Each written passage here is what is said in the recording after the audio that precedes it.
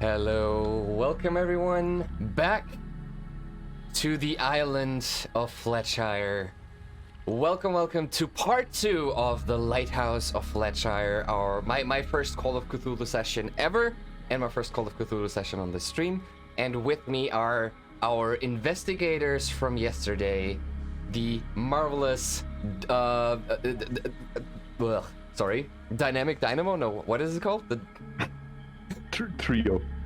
the three legendary weirdos. trio. The legendary trio. Three weirdos, yeah. We have Lucas Fancy, played by Solia. We have Theo what's the last name? McKinney. Theo McKinney, the friend of trash cans everywhere on Flatshire, played by Chrissy. And we have Mr. Abracadabra himself, Mr. Hamish, the dynamic dynamo. And what have you experienced yesterday? So for everybody who's joining in for part 2, yesterday we played part 1 of this session. We're gonna give you a quick rundown of what has happened yesterday so you can follow along. But if you're interested, there is a VOD out, so you can watch if you want so. But what did you experience last time, my three wonderful people? Wine. Much wine. Shame. So, Lots of shame. Lots of shame. So, our three, we are playing in the year 1923. We are in the middle of the Great Depression, and every person has some financial struggle that is playing here. So, our three individuals are very tight on money, and they found a very alluring offer from the United Kingdom's Lighthouse Board, which posted a job offering that they need 3 temporary Lighthouse Guards at Flatshire Coast for the duration of a extended weekend from Thursday till Sunday, and they offer £1 per day per person as recompense, which is by today's standards of money about 250 euros. So quite the enticing offer for just chilling on a lighthouse for three nights. At least that's what it appeared to be. After a very quick shotgun job interview, where the only question was, are you able to depart immediately? Our three signed a contract to go to Flatshire Point, which is a small fishing town, and then stay for the time that they're allotted on Flatshire Coast, which is a small island where the lighthouse is on top of. And what did you experience in Flatshire? Because our adventure started in Flatshire Point itself to get some supplies, but what else did you find in Flatshire? We found out that there might be like mysterious things going on at the lighthouse, and that there are a few people involved, or at least one person, the owner of the inn of the fishing town, Merryweather. Yes. Seems to be involved in this. But other than that, we didn't have much time to figure out something else. I think Hamish was almost attacked by one of the light guards that were there before us. So But yes, maybe you could tell us more about yeah. that, Hamish. Yeah. So we went to this, or we found out in the local counter that a week ago there was an incident at the lighthouse where 2 of the lighthouse keepers went missing, and the third one, Mr. Aaron Miller, was brought to the asylum because he was basically insane, and yeah. So this was our first guess, and we went there and asked him about how to maintain a lighthouse and what we should be careful of, because he was in a very unstable mental state. He just kept on repeating that we should stick to the rules and we should keep them by all means, and yeah, when we asked him, or I think Hamish asked him, if they didn't stick to the rules a week ago when his colleagues went missing and he went insane, he was very aggravated and started yelling at us that it was of utmost importance to stick to the rules and to keep the rules close and do not lose them. And yeah, after we peed our pants a little bit, we I think that Theo was then suggesting that Miss Merryweather is kind of a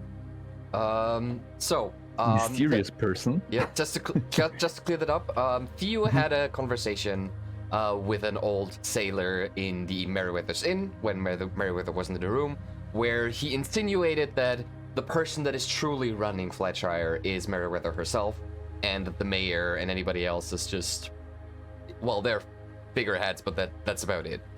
And also, while you were with Aaron Miller, one thing that he screamed aside from stick to the rules was, if you know what's good for you, stay away from fucking Merryweather. And that made you suspicious of the inn and of Merryweather herself. So what did you then do, Lucas?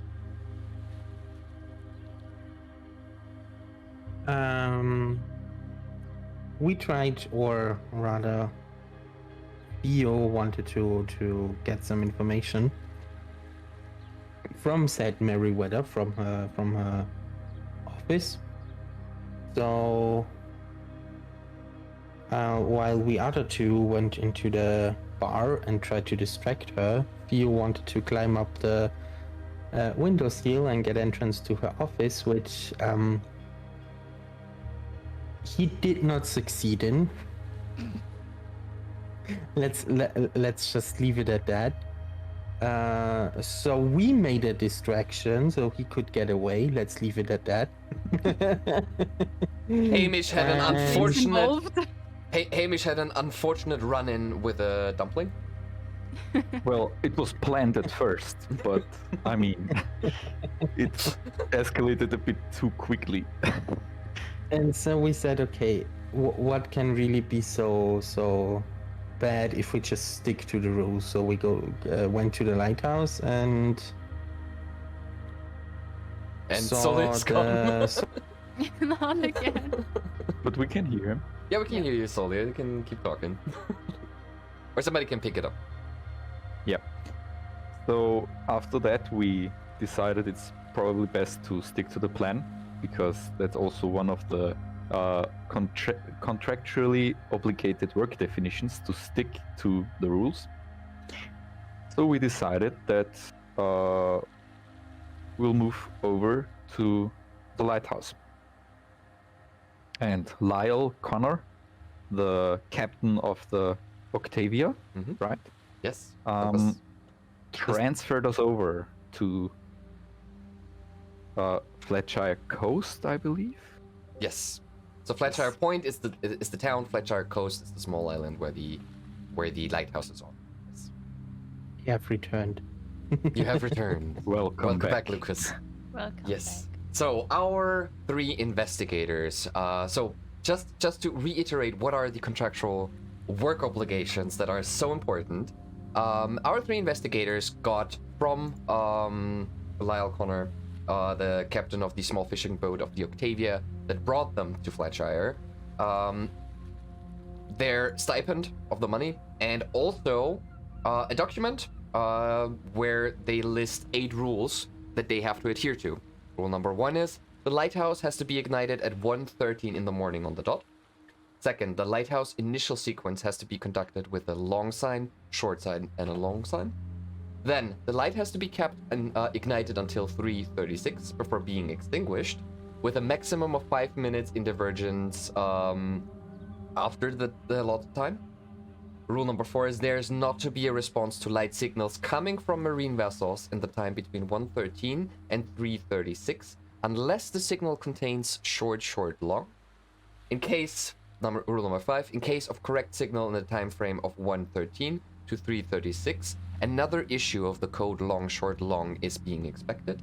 Rule number 6, light signals may be given outside of the designated frameworks as per discretion of the Lighthouse Guard, in adherence to the standardized signals handbook provided on site, which they have found. Rule number 7, under no circumstance shan't the light be ignited for longer than 45 minutes outside of the designated time frame provided. And number 8 is in adherence of the laid out obligatory contractual terms, in adherence to the laid out obligatory contractual terms, will lead to immediate forfeiture of payment and termination of the lighthouse personnel. And that is basically what they found. They found out Meriwether is some form of shady, that something has happened in this lighthouse just a week ago that made 2 of the former 3 Lighthouse Guards disappear and 1 go a little bit crazy. And while there was some unsettling feeling when they arrived at Flatshire already, their suspicion that something is off here on Flatshire hardened even more when they made their first evening of Lighthouse Guard duties. And this is where we jump back in. So we have heard the contractually rules that everybody had to adhere to, and after tinkering around with the lighthouse mechanics, our 3 investigators made it work and started their work. So at 1:13, they started to activate the lighthouse and emitted the signals that they were told to do.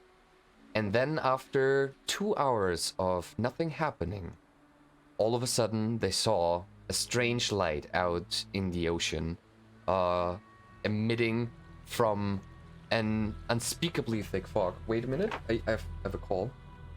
I think I have locked out my boyfriend out of the room. Be right back. Not another cliffhanger. Oh my god. I mean, he could just roll on thievery or something like that. Yeah. He could break into the room. Okay, I tried that yesterday too. So Yeah, he has no one who's distracting. I left the key in the door so he couldn't unlock the door. So I'm very sorry for that. So let's go back. So yes, at 1:13 on the dot, our mechanic genius Theo has pressed the button that ignited the lighthouse for their first evening of duties. After 2 hours of nothing happening, from the fogs of the endless ocean horizon, there seemed to be a light shining back at them. But not like a light from a boat that is far off the coast. A big one, a strong one. As if they're somewhere out in the fog.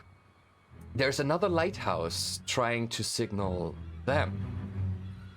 And the signal indeed was short, short, long. After which our investigators responded with how they contractually are obligated, with another signal of short, long, short. After which the strange light on the horizon just disappeared. And after the clock ticks to 3:36, you can hear that in the lighthouse machinery, there seems to be like a weird gurgling sound before the whole contraption stops moving and the light goes out. And all that is left is the sound of the wind blowing ocean waves against the cliff of Flatshire. And here we are with, what do you want to do? I have a question. So the gurgling, was it when we pressed the off button and we turned it off main? Okay, so it's not like it didn't stop on itself. Yeah, Okay. it seems, to you, Theo, it seems a bit odd, the sound that you've heard, because it didn't make that sound before when you were testing it out a couple hours prior. So, but other than that, seems not out of the ordinary. The fuck was that? it was creepy. Very creepy. Well, this was certainly not a marine vessel, right? I don't know whatever that could be. I mean, it seemed like it was directly in front of the lighthouse. Directly in front of us. So whatever it was pretty big. Whoa. I mean, if And we it take a just look, up and disappeared. What the fuck?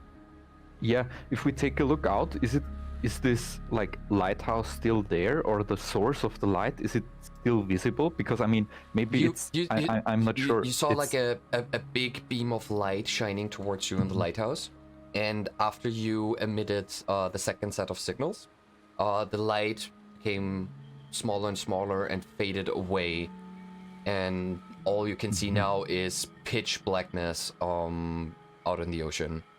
Like the whole sky is pretty fogged up already, and there's like fog collecting above the waters as well. So it's really hard to see any further right now. Okay. Well, let's wait for the morning and maybe take a look if this thing is really there. I mean, the light can't come from nothing, and I mean, this was not like a northern light or any like lightning. There was no thunderstorm or anything, so I mean, this has to have a Communicated. source. Yeah. And also, However- Theo, I mean, the strange gurgling. Maybe we should also take a look at the generator, right? Yeah. At the Does gasoline this thing tank. turn on again? Everyone close your eyes. I try to turn it on Okay. again. You press the button, and it seems like the motor tries to start up, so you can hear like the crackling sound of the electronics trying to start up, and then you hear like some things turning, and then it just stops. You hear the gurgling sound again, and it doesn't turn on. So neither the motor nor the light seem to do anything anymore. I want to take a look at the thing with the light bulbs in it. If they are still there. lens. And... Yep. No, not the lens, What? but the Like the Oh, yeah, fuses. the fuses. Or Yep. what? yeah. Yeah. No, yeah. you look at the control board. Seems fine. You also check the fuses, and they seem to be in order. And the lens too. From what you can tell, yes. Weird stuff. Okay. So the mechanism seems to have worked, but the light wouldn't go on. Yes. Okay. The light and Is it like the turning turning? mechanism Or- doesn't turn on either. Okay. Well, this seems like it has no power, right? So it tries to start up, but there's probably not enough power in the system. Oh no. What we gonna do tomorrow when that thing shows up again? Yeah. Well- Okay, before panic, thinking. I know it's hard. So We need gasoline, right? yeah, we need to check And we need to whatever check, yeah. the mechanism or the fuel behind it is, and Yeah, yeah. if we can find something. Maybe there's something on this island. I mean, there's a boat check, right? Maybe there's Yeah. some kind of gasoline there. We also could check the weird check with the goat that attacked the window. How Wait. about Sure, we do detect that the when window, not you. Yeah, it detected the window, certainly. How about we do that when it's light outside? you True. know? I mean, we have like nearly 24 hours to do all of this.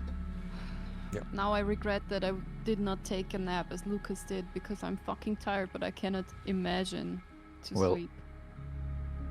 Maybe we should try go to sleep for like a few hours at least, because I mean, we've been up for.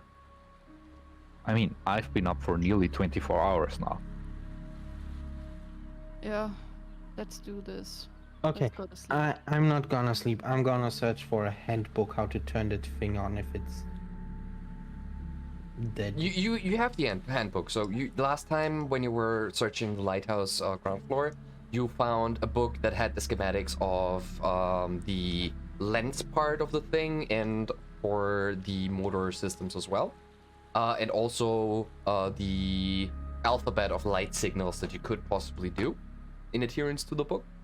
So you have that. Okay, then I'm gonna see if everything is up to the handbook standard, so we can at least.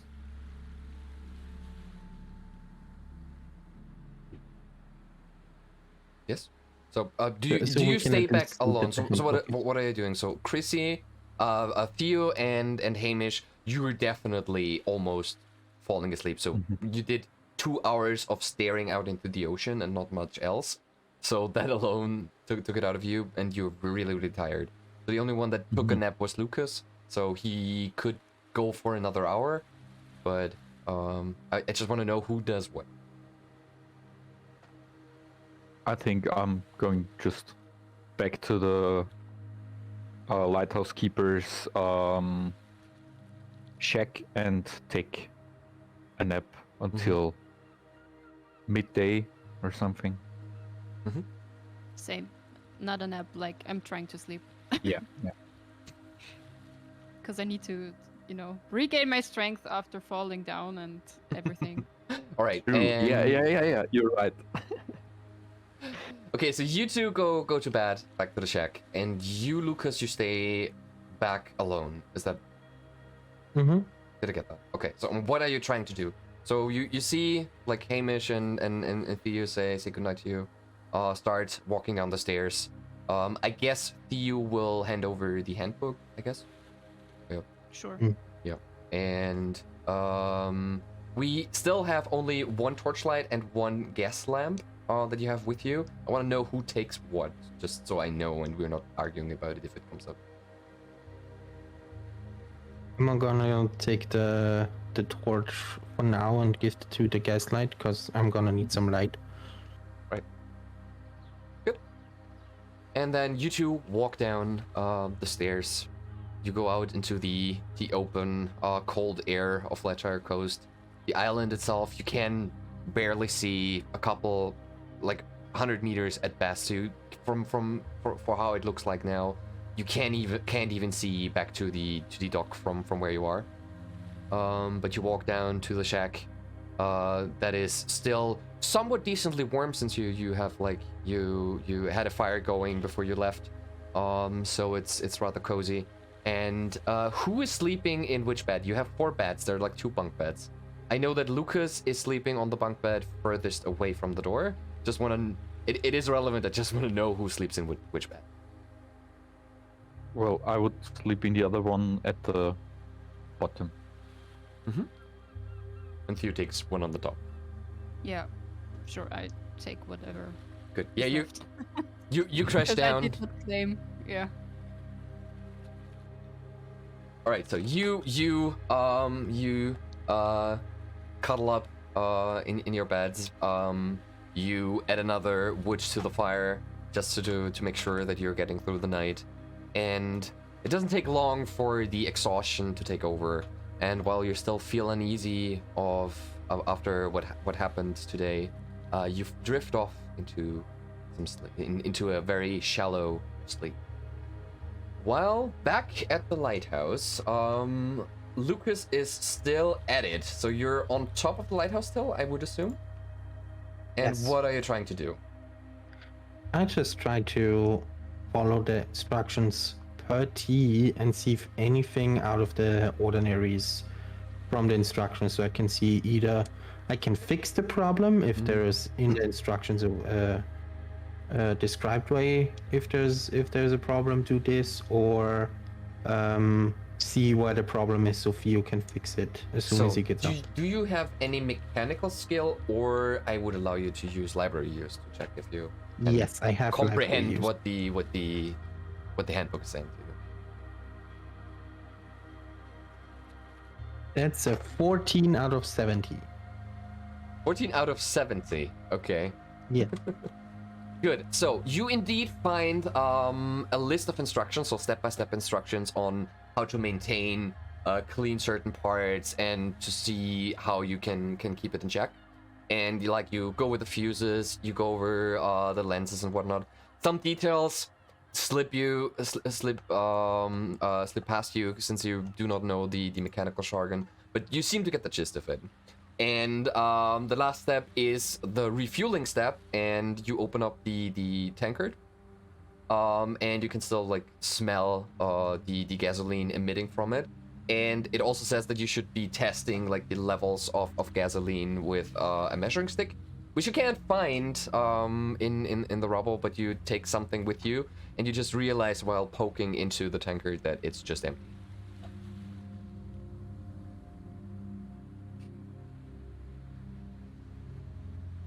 Okay, so we have to get some oil. Not Or oil, you gasoline. need gasoline. You need petrol or something. Okay, I'm gonna look around and see if I can find gasoline somewhere in the lighthouse. As you frustratingly put your dipstick back where you found it and cover up the tank, you look out on the balcony of the lighthouse, and you see what appears to be like a locket dangling from one of the railings. So like you have like this outer rim that you can walk outside of the lighthouse dome, and on the railing there seems to be like it looks kind of brown, hard to say if it's copper or brass or the actual gold, but there's a locket there, and it's just dangling there in the wind.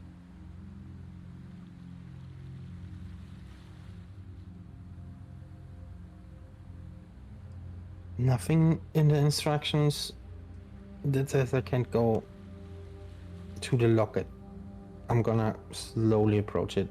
Yeah. As you make your way to the glass door that leads outside on the railing, you see that the locket is like slipping from the railing and falling down the lighthouse.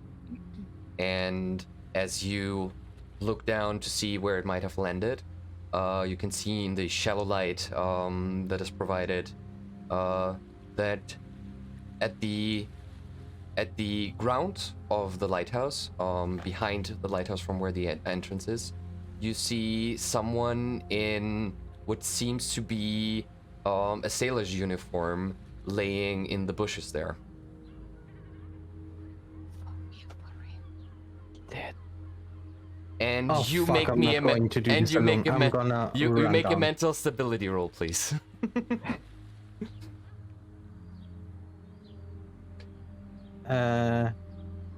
So sanity check, right? Yeah.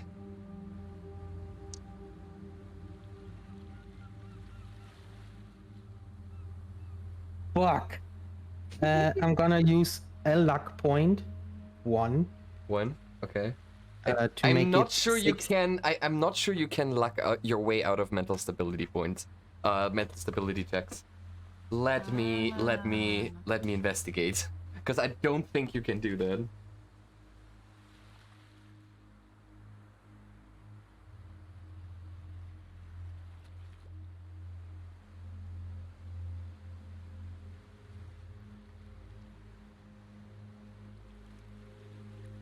Yep, the optional rules for using luck points do not count towards stability tests.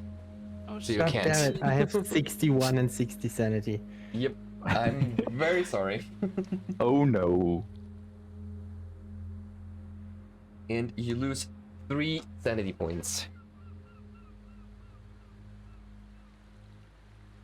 How much sanity do you have in total, just so I know when we reach a certain threshold? I have 57 now. Alright, that's still far off. Okay. So you started with 60 then, I guess. Yeah. That's fine. So we get it gets interesting when you lose. For a second. 12. Okay. If you lose 12 points, then we have to talk. Alright. Yeah. Okay, I'ma run down and just swing open the door.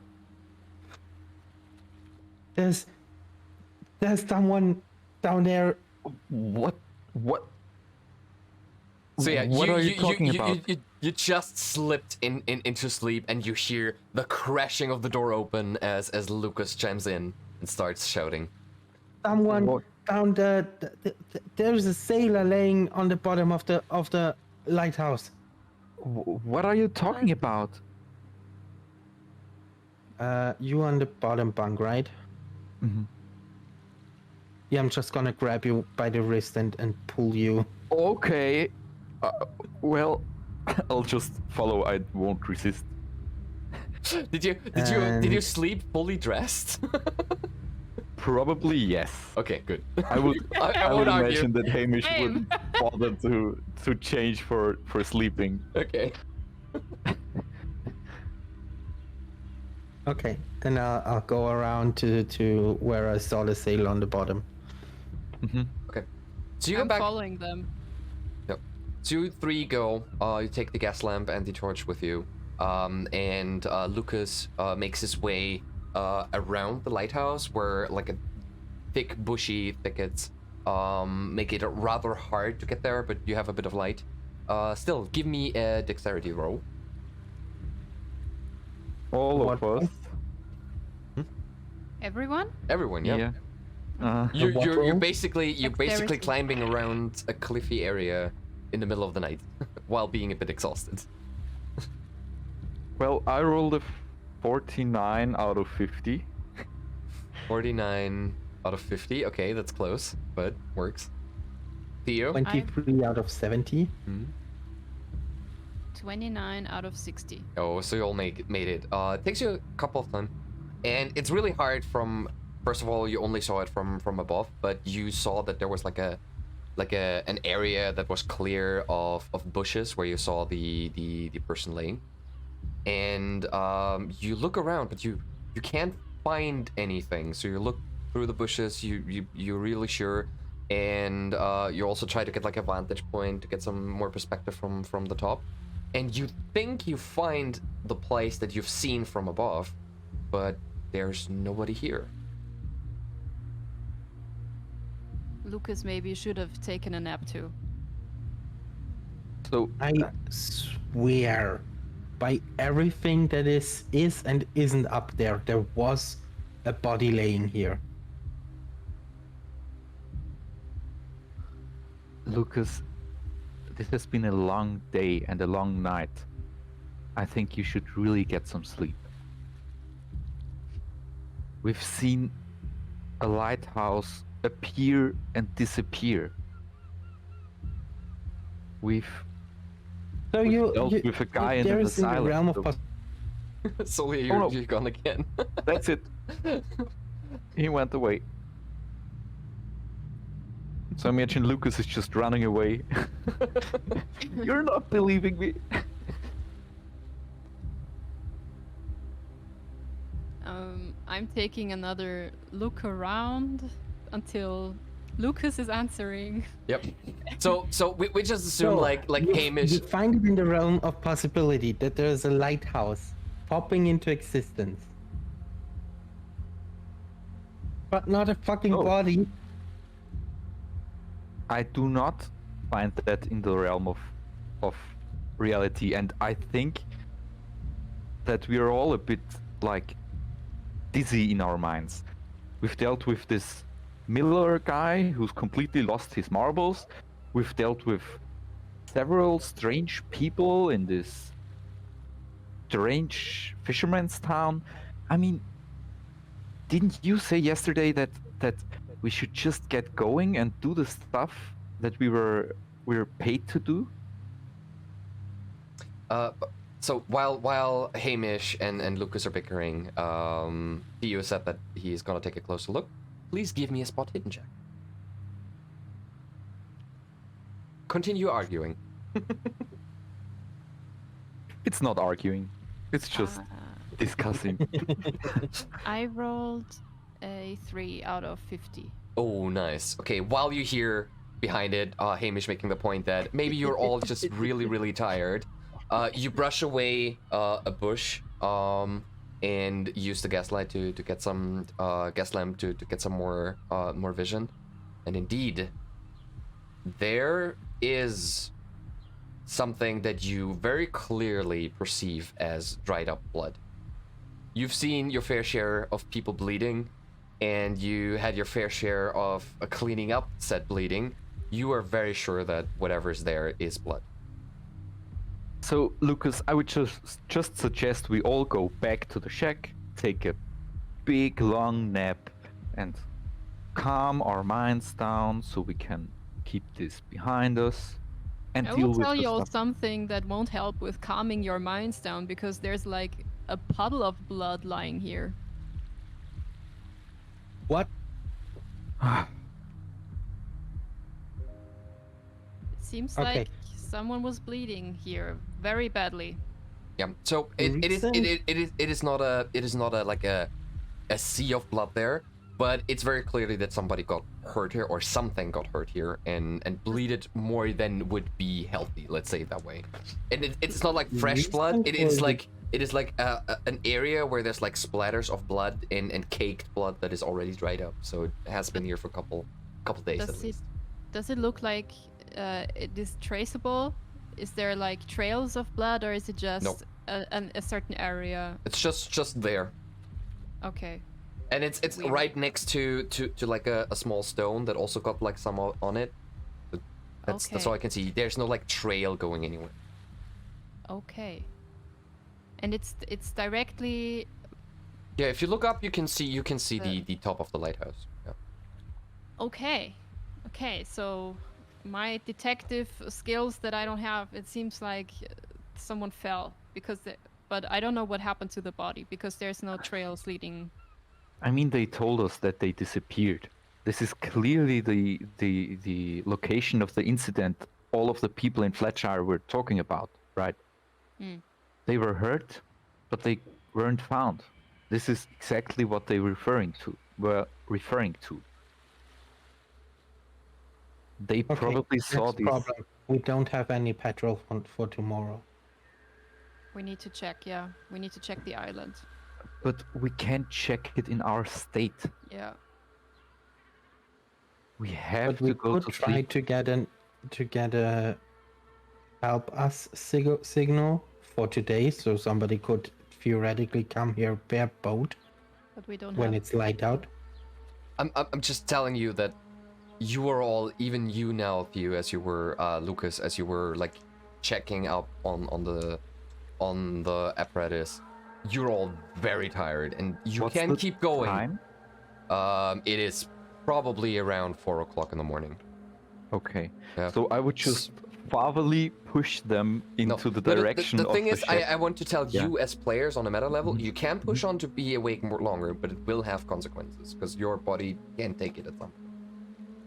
I would start gesturing them and pushing them in the direction of the shack. Okay, guys, I know you're eager to solve all of these mysteries, but we can't do it if we're half asleep, right? You don't want to It's follow not the a light. mystery that we are trapped here till tomorrow, and if we don't have petrol tomorrow, nobody will come to get us more. I would just take Lucas by the face. Listen, please go to sleep and calm down. Please, We need brain cells. we for can't function like investigating, this. And I don't have any left. Please, can we just Roll sleep for for a couple of persuasion. hours? You persuading them, or you want to be persuaded by them? I want to be persuaded, please. Okay, a player has issued that he is fine with you rolling against him. So give me a Oh, diplomacy roll. We're or, starting PvP, oh no. Yeah, kinda soft PvP. But usually, Okay, if that's a 92. yeah, you don't That's seem not very going to convinced. Lucas. Yeah, no, I rolled 100. I'm going to bed. Not really. What? You rolled really 100? Nice. At I least we mean, get. I would imagine that Lucas is just like, I'm not tired, and then just falling back No. from exhaustion. Oh my god. Now we have to carry him too. Yes. So you're going back very slowly and carefully. No, that's the wrong one. There we go. Back to the shack where you wanna go to bed, and you all lay down again. And also you, Lucas, you take your bunk, and it still is like this. So like, you're trying to sleep, you're very very tired, and you like slip in and out of sleep during the night, but there's just something so uncomfortable about your bed for some reason, and at some point you're so frustrated that you're just checking out what the hell's wrong with your bed. And as you take off the sheets, you can see that there is a piece of your mattress cut out, and you find a little leather notebook on in that small hole that was cut into your mattress.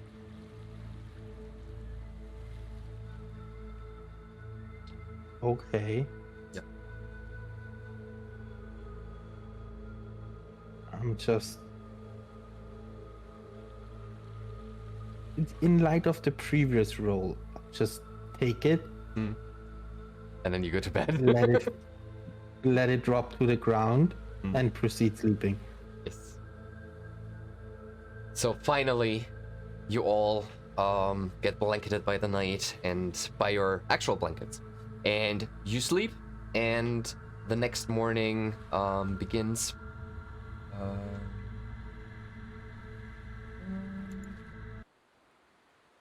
And the sun is going up. The weather still seems very bleak, still very cloudy, but so far it still hasn't started to rain. And who would be the first one of you to wake up? Not me.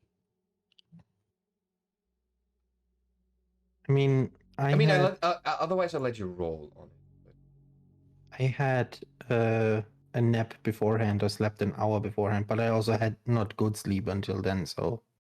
Hmm. Maybe we all wake up at the exact same time. Yeah. I'm sure that's Then going to give happen. me a luck roll, my friends. Who the first person is that wakes up? So the one with the highest luck is the one that wakes up first. Yeah, no, 96. 17. I got also 17. Okay, we wake up at the same time, Yes, staring you at were right. each other. Whoa. What? Okay, What is going on? So, yeah, Did then... you hear something? I thought I heard someone fart. Well, it wasn't me, Me for neither. sure. It was Well- Lucas. It was Lucas, probably, yeah. You wake up, you can see that the sun is already pretty high.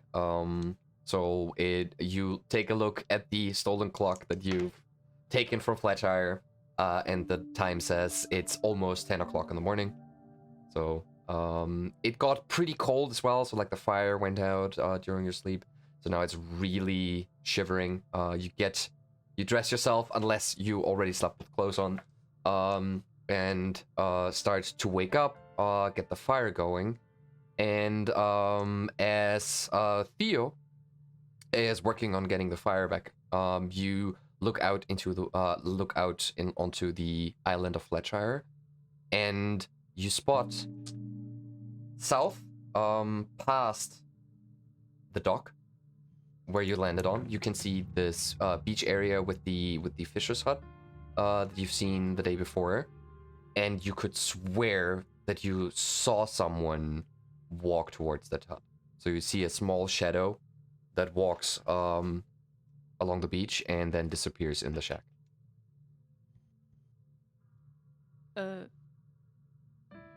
Hamish, I just saw someone. What And do you this mean? time I'm not tired. I mean, I'm Someone? fatigued, but not tired. Well, what do you mean by someone?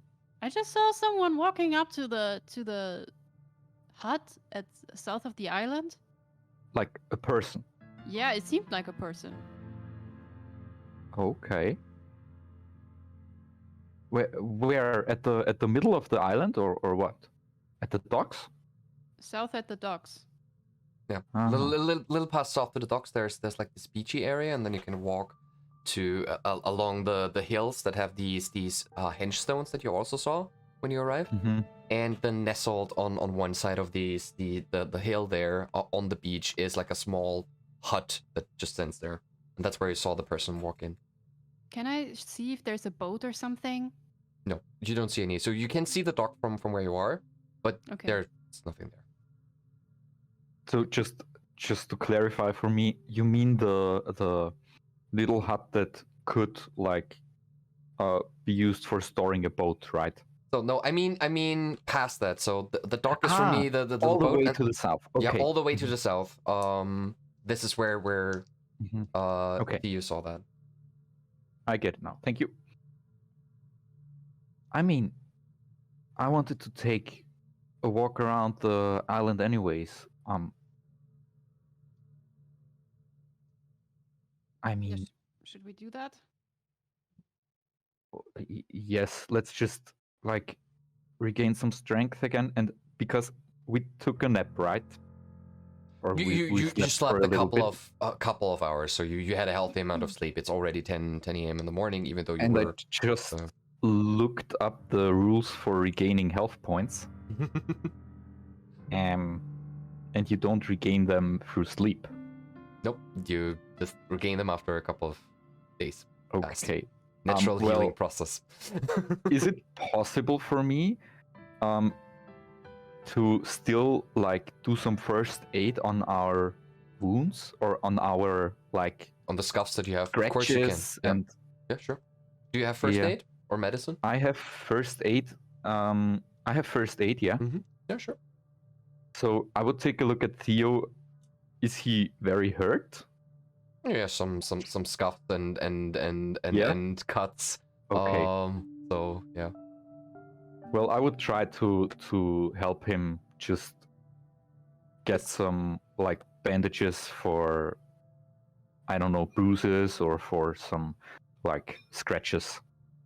All right. I mean, you do have Can I roll alcohol on- with you, so. Yeah, and I would search like the lighthouse keepers check for maybe some. You do find some old Yeah. but still intact like first aid kits. Not like a first aid kit, but like a box where they threw in some bandages, and some not plasters. Plasters are something Yeah. different. Plaster, like some band-aids. That's what I mean. Band-aids, yeah. Yeah. So yeah. I would take the cleaner stuff and just start first Alright. aiding. Please roll. May I while roll? I look up how much that will actually do. Well, it won't do much. Oh. Do you want It's to not force critically bad. No, actually, I no. don't want to force it. I don't want to make it worse than it already is, because like I rolled a 75 and I have 50.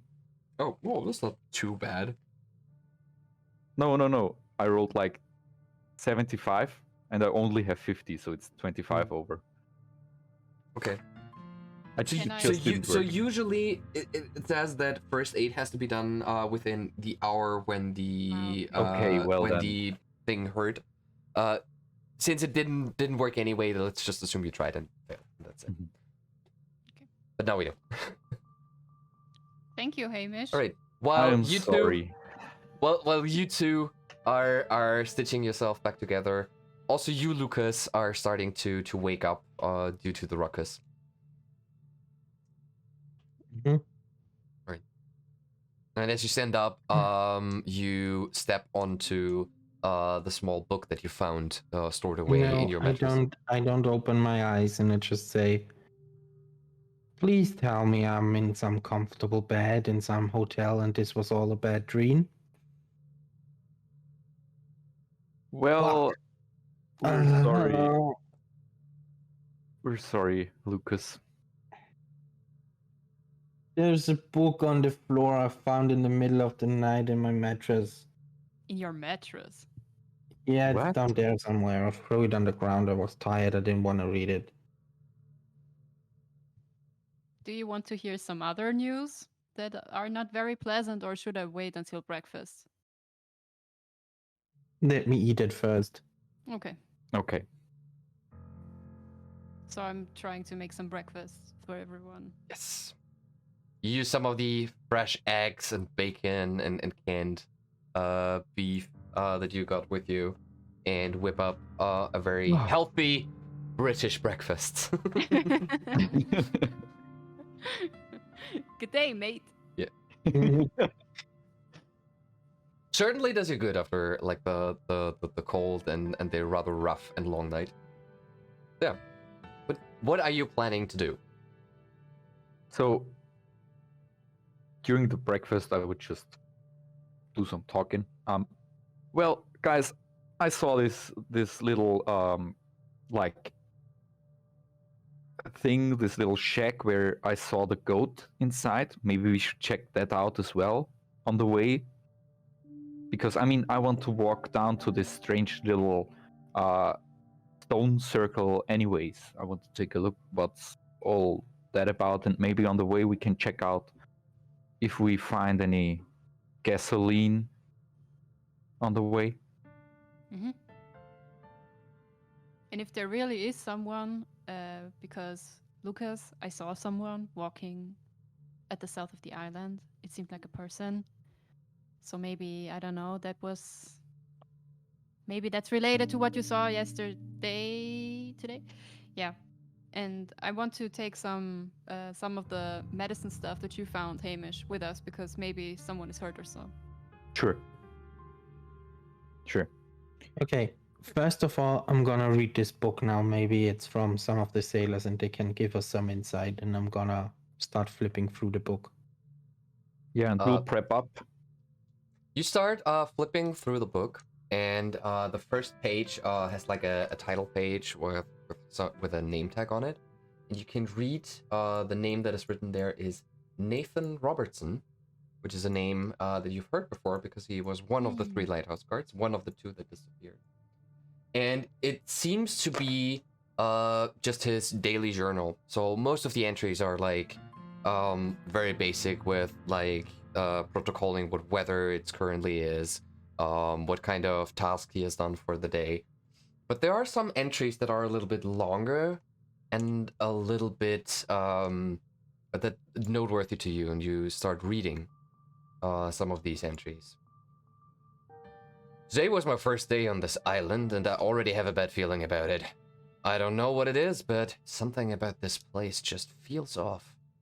Lucy was the one who got me this job as a lighthouse guard. I owe her a lot, but I don't know if I'm comfortable with what she's asking me to do. I know she's involved in some sort of smuggling operation and she wants me to help her out.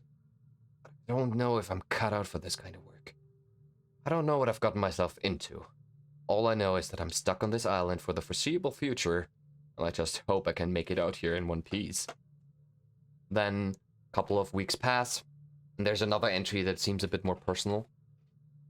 Aaron Miller is a strange one.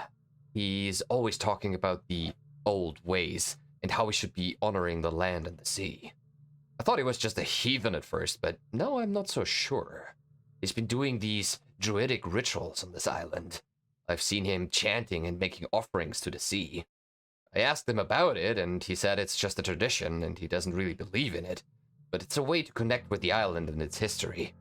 He also mentioned in a joking way that there might be something more powerful nearby, but he didn't seem to take it too serious. But it's starting to freak me out. Seeing him doing all these rituals and talking about ancient powers, I don't know what to believe anymore.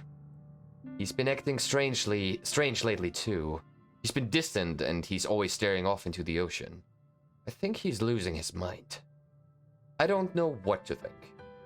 I've always thought of him as a bit of a nutter, but I'm starting to wonder if there's something to what he's saying. Maybe there's something powerful here on the island. I don't know what to believe anymore. And then you flip through the notebook again, and you find the last journal entry, which is dated just to a couple of weeks prior. I've been on this godforsaken island for too long. I can't remember the last time I had a proper drink. I'm starting to see things, I swear. Last night I was on top of the lighthouse, making sure the beacon was working properly. It was a stormy night and the winds were howling like demons. Suddenly I saw a light out in the ocean. At first I thought it was a ship, but it was unlike any ship I've ever seen. It was a pulsing green light, and it seemed to be getting closer. I tried to signal it with the beacon, but it just kept getting closer and closer. I was terrified, couldn't move. I just stared at the light, and then as suddenly as it appeared, it was gone. I don't know what it was, but I've got a bad feeling about it. I don't know what's real anymore. I just want to go home, but I can't. Not until I finish my shift here. And even then, I'll have to deal with Lucy and her damn smuggling operation. I should never have gotten involved with her. I should have stayed away from the booze and drugs. It was just too easy.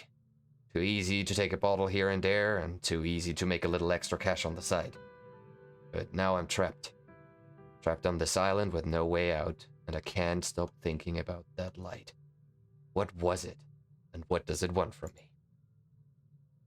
There's no entries after.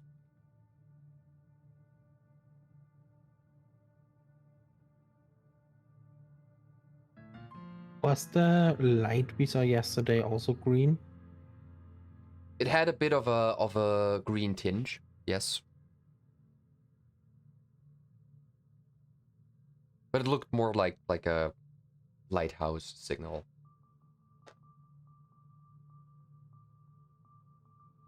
It was pulsating though.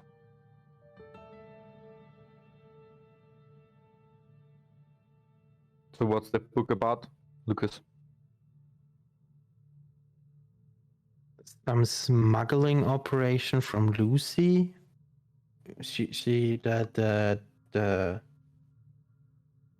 barkeep was called Lucy Merriweather, right? Yeah.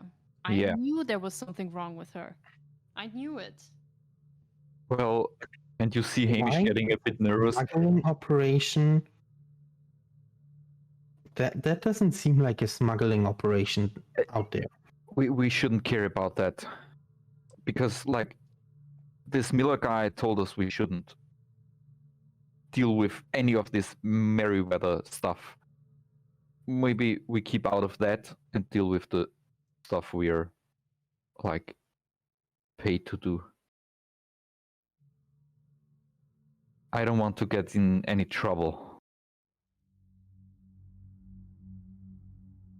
Okay, I'm gonna look around the island and see if I can find any herbs for us that help us keep stable. You two check out the shack, I would say, and see if you can find some petrol. Alright, so what exactly is everybody doing now? So just so I know what to roll, what to describe.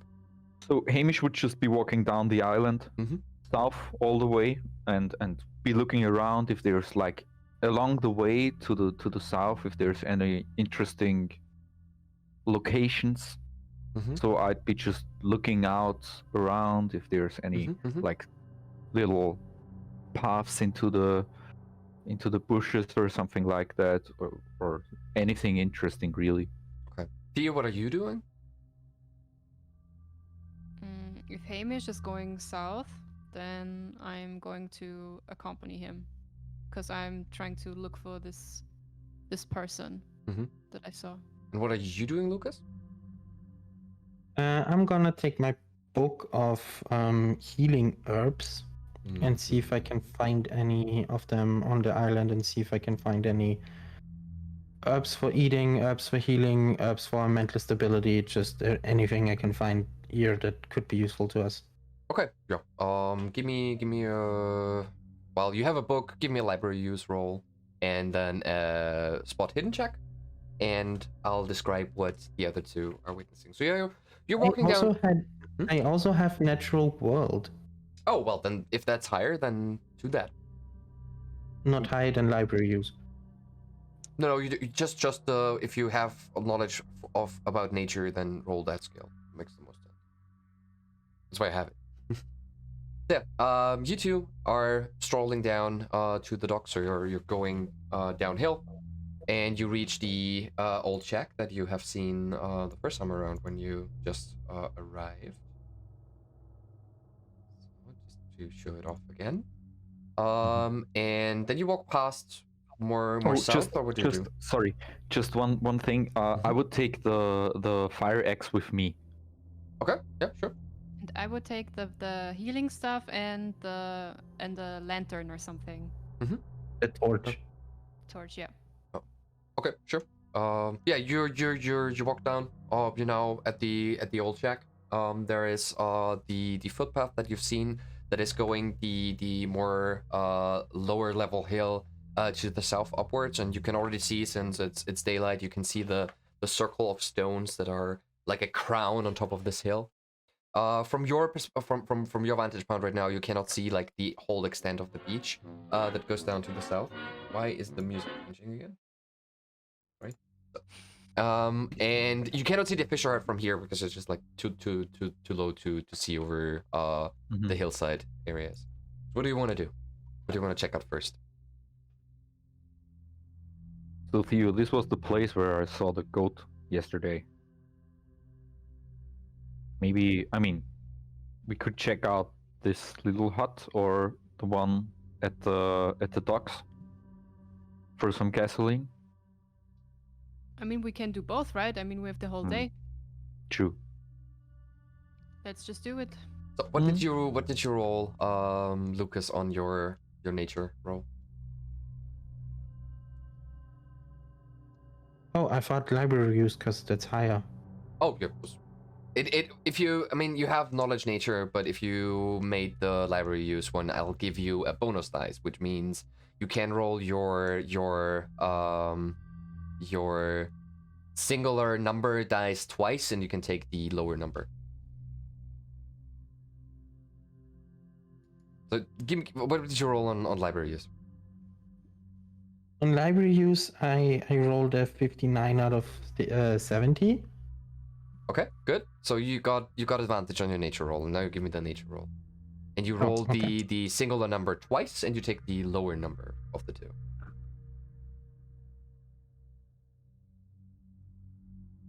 41 out of 50. So I made it. All right, so you made it. So yeah, you walk with Hamish and with Theo downhill, while occasionally just veering off of the beaten path to check out some of the grasses and flowers that you can find. And you do indeed find like nothing that is medicinally important, but something that you can make a rather good tea out of. So you're collecting some mint, you're collecting some lavender, maybe stuff like this is what you can find. And yeah, what are you all doing? So I'll just because I don't like to split the party too much, I'll just assume you're all now around the old shack and dock area, and now you tell me what you do. Or while Theo is while Lucas is collecting, you two can check out one or the other. You tell me which one it's gonna be. Yeah, so I would just check out the overgrown shack with the goat inside, or goats inside. Right. Good. You're going to the old shack. And just like the day before, nope, that is the wrong. Away. Just like the day before, there's like this side opening door that is just barely open, where you can only see the darkness that's behind. It seems just as you left it the other day. The windowsill and the roof is heavily overgrown with moss and algae, and a big tree is already starting to like reclaim the space that the hut has taken off at some point. What do you want to do? I would just go to the door. No, you go carefully and say like a very silent hello. You can hear. Is there nothing. anyone here? Okay. At least you can't. So you listen in for a moment. You don't hear any of those kettlebells. You hear nothing inside there. Maybe you think you hear like the moving of like small animals, but nothing that like makes you feel uneasy. I would look to Theo. Well, you said there was someone here, so I just wanted to check. Theo, could you light the entryway? Maybe just to be sure that we are not stepping into any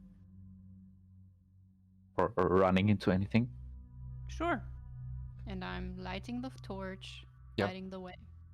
You're going ahead. You open the door a bit more, and like a stale, stagnant air greets you as you enter the old shack. It really is like an old farmhouse, so it does not. It has like a a second layer where there might have been hay bales stacked at one point. Now it's just there's still like some hay up there, but has decomposed significantly. On the ground floor you can see, and on the entryway there's just like paved dirt as the ground floor, and there is more workshop desks on one side of the shack, where really old rusty tools are laid there. You can find a couple of barrels just standing there that also have seen better days. And in the back side of the farm, so on the other side where there's some windows that let some of the light in at least, you can see that there are like some wooden walls that were propped up, and you would assume that this is where they had cattle or could hold cattle or horses or something like this. So it looks like a stable combined with like a small workshop or storage shack. Mm-hmm. Can I see? I don't know if that's realistic, but do barrels could hold petrol, right? Could they? I mean, if they are metal barrels, then probably yes. If they are wooden, then probably no. It's metal barrels. Okay. Yeah. Well, then. I should have. No. clarified that. It's fine. It's fine. Then I want to check if there's petrol inside the barrels. Yeah, you kick against the barrel and you can hear a liquid sloshing inside. And as you open the valve on top of the barrels, you can actually smell the distinct smell of gasoline. Oh, we're lucky! Jackpot. That's it. How do we get this thing up to the lighthouse? Carrying! Ah.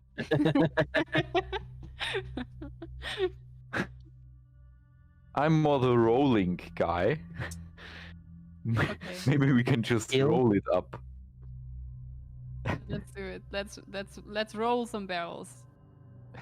Do a barrel roll.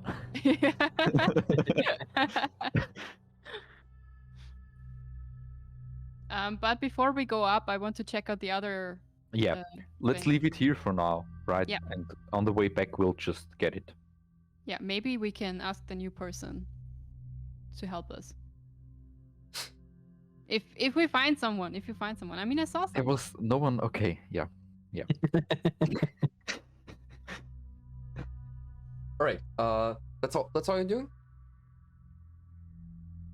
Is there anything else Yes. lying around of use that seems? Do you useful? want to check out more? Because that's Yeah, what I'm I asking. want to check it more. I'm a curious cat. I want to know everything. So let's All right, go. give me a spot hidden check then. Spot hidden. Ooh, I make it. Oh, nice. I rolled a 5 out Yep. of 50. Oh, so, wow. Yeah, so you walk around the old shack just so you can see a bit better. You go to the windows and all the overgrown ones, you just open them up to let a little more light in. And you can see that on top of the workshop benches and also on the workshop benches themselves, there's an assortment of leather harnesses that were used for probably animal care. And you can also find on the workshop benches two smaller canisters that would hold and also still have like some leftover petrol in them, so you don't have to actually haul the whole barrel up if you didn't want to. Nice. And yeah, you check out the rest. There's like your schooled engineering eye tells you, yeah, these tools that are there, they are lost. You could sit down for a couple of hours, brush them off, and they might be usable, but why? And you also check out the backside of the shack where the animal cottages are set up. And the thing that you notice immediately is after you step off the paved dirt floor, that you seem to be walking now on wooden boards that are like like give a bit of way when you step on them, and you can hear like the wood creak.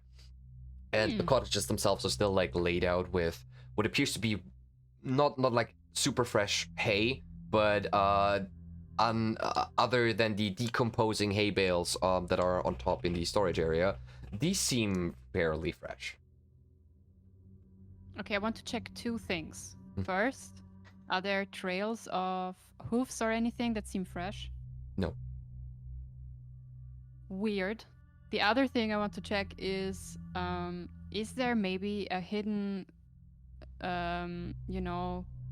Luke in German, door or something under the hay? Indeed, as you brush away some of the hay that is straight out in the cottages, you can see that in between the boards, there's like enough space when you light up, that there is indeed something under those floorboards. Hamish!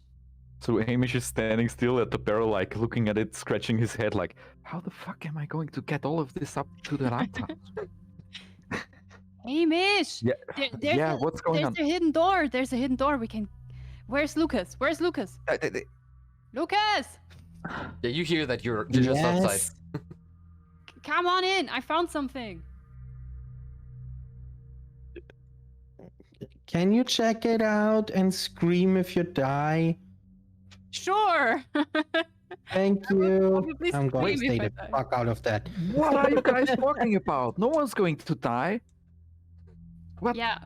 I mean, carefully open it, take a look what's down there. Maybe we can make use of something. But be careful. I would go up to Theo and help him to like open it up and take a look what's inside. You can see that so as you are like trying to get down to whatever is below the floorboards, you can see that you can just like pick up the floorboards and there are nails in them, but they're just like there so the sort of floorboards are not giving way when you walk on them. And you open them up and you see that down there under the floorboards there's like a compartment digged out of the dirt, and there are crates and crates of crates that are stored there. And as you open one of those crates, you see that they are filled to the brim with not only hay, but also glass bottles of different kinds. You pick them up and you can see the caramelly brown color of whiskey. You have some clear alcohol there as well, but it's very clearly that there is just bottles and bottles of booze stored here.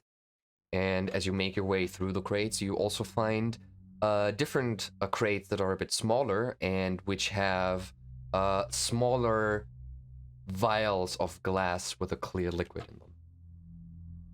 What do you want to do? Smaller vials with a clear liquid. Yes.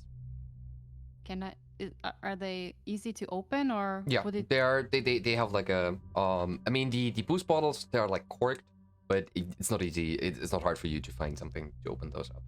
And also the smaller vials are corked with smaller corks, but you could open one up if you want. Yeah, I want to smell. Yeah. What it could be. Do you have chemistry or something of the like? Or street smarts? That's not a skill. No, but something of the like. Something. I Maybe have medicine. Yeah. Medicine would work. Medicine would absolutely work. Oh. Mm-hmm. Please roll. Oh, I didn't make it.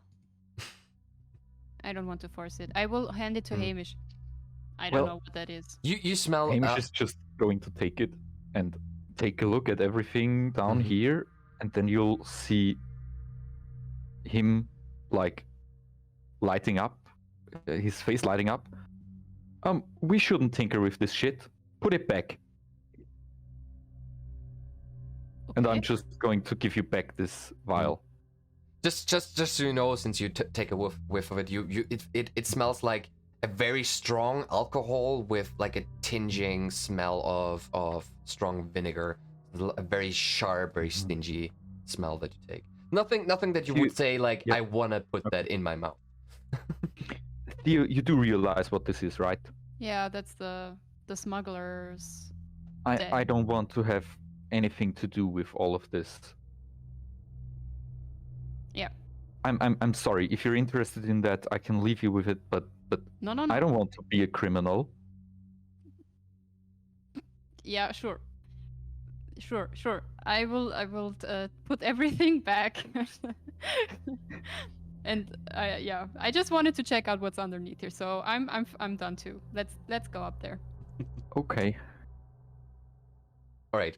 You see Theo coming out of the shack, Lucas, and a visibly slightly shaken Hamish following suit. Oh, by the way, do you take some petrol with you already, or just leaving it there just so we know what you're... No, I think we'll just leave it for now because, I mean, it's not going to run anywhere, right? Yeah, but we might. Well, then let's fill up some canisters. Yeah. I'll try to fill up some canisters from the barrel. Yeah, you find a Mhm. like a siphon and everything, so Okay. don't let you roll. And it's I'll just put them fill. right to the door. I Okay. mean, do you remember how much how much gasoline fits into the tank at the lighthouse? We did not check. Lucas Okay, did check. okay. Lucas, Yes. Lucas, how much gasoline does fit into the tank at the lighthouse? Is this enough for the rest of the days? Did I read in the manual how much is in the tank, or did I see it yesterday somewhere? The tank has a 10-liter tankard, and it is recommended that you do not fill more than 8 liters in it to accommodate for environmental pressures and changes in temperature. And you have like 3-4 canisters of 5-liter tanks, so it's more than enough. Yeah. So 8 liters at max, it said. Yes. Okay, cool. Okay, we should be fine then, right? Yes. So I would suggest we leave these here now and check out the rest of the island. Sure. Lucas, will you Cool. accompany us? What are you even doing? Yeah, you see him with like a bunch of plants in his hand. Getting us some herbs and some tea so we can assess the situation better without freaking out. Maybe. I don't know. I try to do anything, honestly. Well, it's nice of you. I think that's fine, Lucas. I would love to have some tea in the afternoon, so let's just take all of this with us, and I just want to check out this strange stone thing in the south.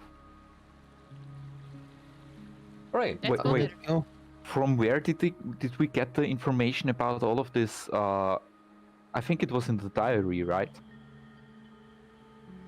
But do we know this? Which information you mean? About the occult stuff that Mr. Miller was doing. Well, to, if Lucas has told you what's written in there, he has at least read it. So I Okay, would assume he has okay. given you the information so you would know. Yes. So Lucas, did you give us the information? I would assume that I read it out loud. Some Okay. interesting stuff. Ah, okay. Okay. Yeah, So then they- yes, you're Well, all then aware. Even more. Yeah, even more. We want to check out. Hamish definitely wants to check out then the stone circle, because if there was like some kind of offering to the sea, it's probably at this point. So yeah, you walk up the small footpath that leads up to the southern hills of Flatshire, and you can see the stones, the stone crowns, come closer and closer. This is what you see.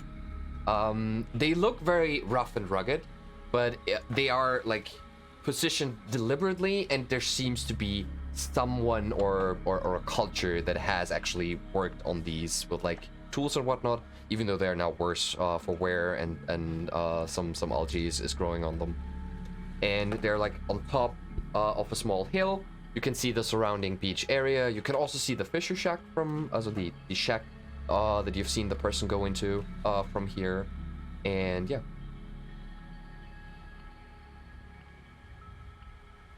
What do you want to do? So while we were walking up there, Hamish would just be saying like, so smoking a cigarette. So are you guys doing all right? Is everything fine with you? I'm alright. How are you doing? Well, fine. Lucas? Obviously not, but thanks for asking. What's going on? What isn't going on right now? Well, we're just taking a walk. Well, we see if we can. Okay, we are on an island full of smugglers. Or an island used for smuggling.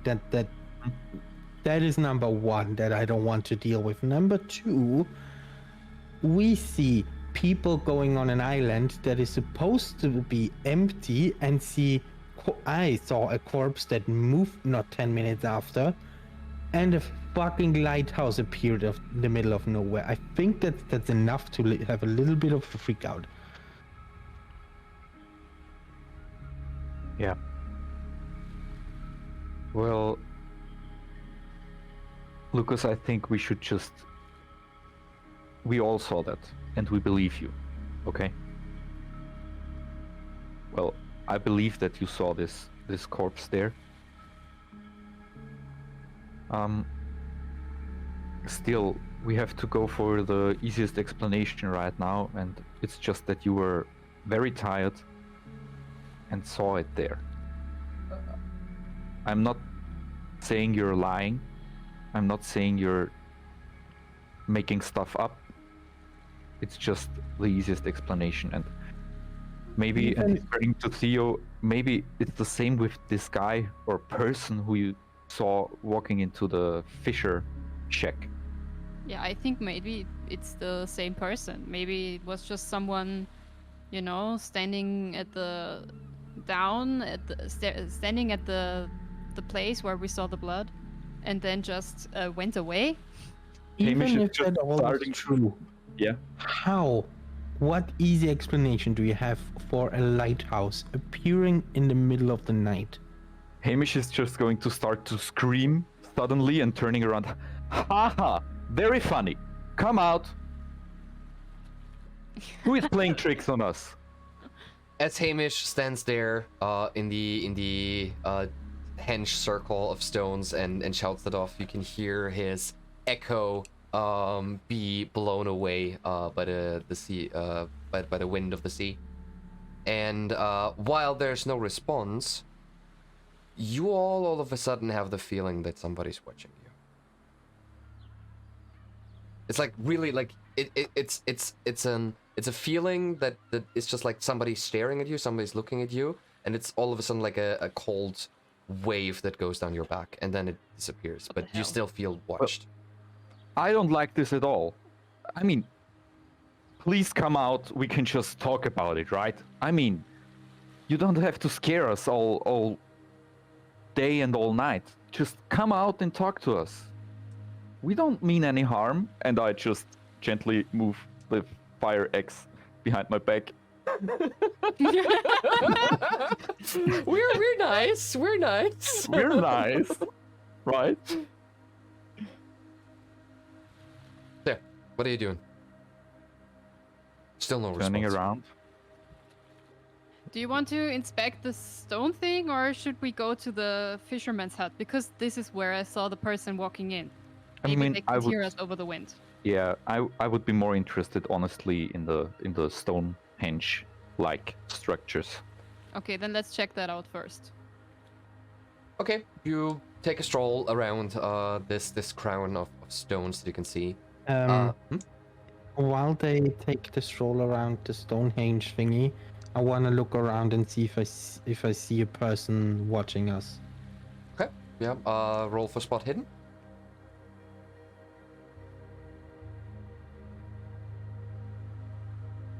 No. No. Yeah, you let your gaze scan My the gaze. surrounding area. You let your gaze scan. You let your gaze scan over the southern area of the island, and you look back to the lighthouse, but there doesn't seem to be anything out of the ordinary. Sonia just Oh no, It just phased out of existence. Alright, while Theo and Hamish are taking a closer look at the henge stones that are here, And you do have the feeling that they, again, are deliberately placed here. And you can also see that there's some hardly legible runes carved into each of the stones. So you can see like old symbols like really etched into the stone that are now like filled out with moss and algae. But you can still like kind of trace it. So what I want to search for specifically is like some place or some kind of altar or stone that like hints into a direction of offerings or like you do any actually occult stuff. Yeah, you do actually. You take a look. You take a step back. You take it all in. You seem so there's nothing that is like an altar or a stone or anything that where you would say, oh, this is an offering or something. But these stones seem to have a purpose of being the place the way they are. So you can see like ones are seemingly going directly out into the ocean, and you shift around your position. You can see that two of the stones, if you stand in the right position, would frame the lighthouse perfectly, or at least like the top of the hill there. And then you also look to the south, and you see like two stones, like building like a funnel that you can put your vision through. And you see that in the middle of it, which would lead to the southern area of the island, so like the southern part that is like a little off the coast, even off this island. There seems to be something like a very sharply cut stone or structure that is perfectly aligning with how the henge stones are set up, and it reflects some a weirdly bluish glistening light off of it, but it is a bit farther away. But that's what you notice, yeah. Yeah, I would tell that to Theo. Take a look at that strange stone all the way back to the south. I mean, there has to be some purpose for all of this, right? I don't know. To be honest, I have no idea about this kind of stuff. But if you say so, I mean, you're the expert in all of this, right? I would try to like take a look at the sun in all of this arrangement of the stones, and maybe like get any. Can I roll on, I don't know, like history maybe? You could. To And I try would also let Lucas roll for history, since he has bought a book of Flatshire history.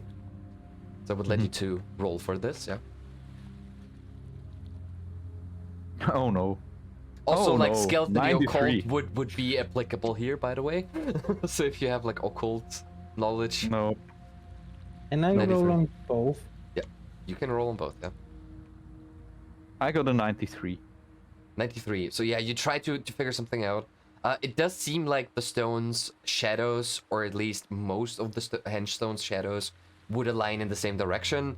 But since it's not all of them, it's hard to say, and they point towards just out into the ocean. Doesn't seem to be of any significance. Might be that if you were at the right time here, that would mean something, but you really couldn't tell.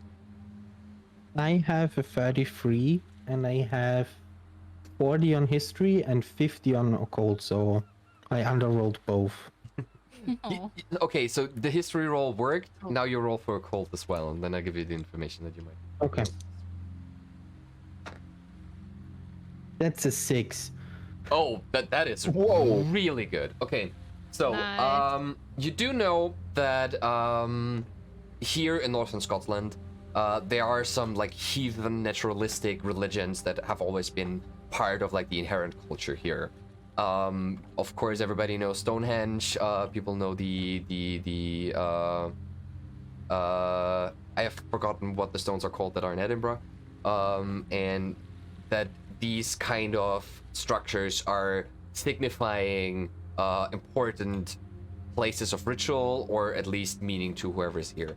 And there is a long protocolled heathen druidic religion that has been in Flatshire for as long as they could like investigate it. There's also some of these henge places in the hills just a bit far off of Flatshire.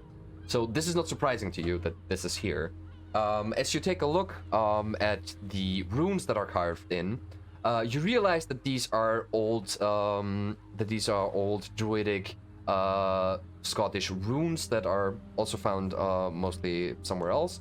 And after a while, you can actually deduce that the text that is written on each henge is always the same. So it's always the same symbols. On some stones, some symbols are faded more than others because weathering and whatnot.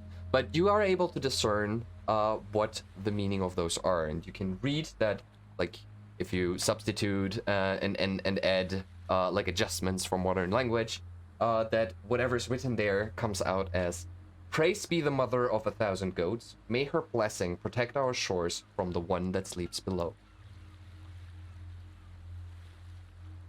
The mother of the what? The mother of 1,000 goats. May she protect our shores from the one that sleeps below. Hamish is going to freak out as soon as Lucas tells us and translates all of the runes. Hamish is just going to freak out and light another cigarette.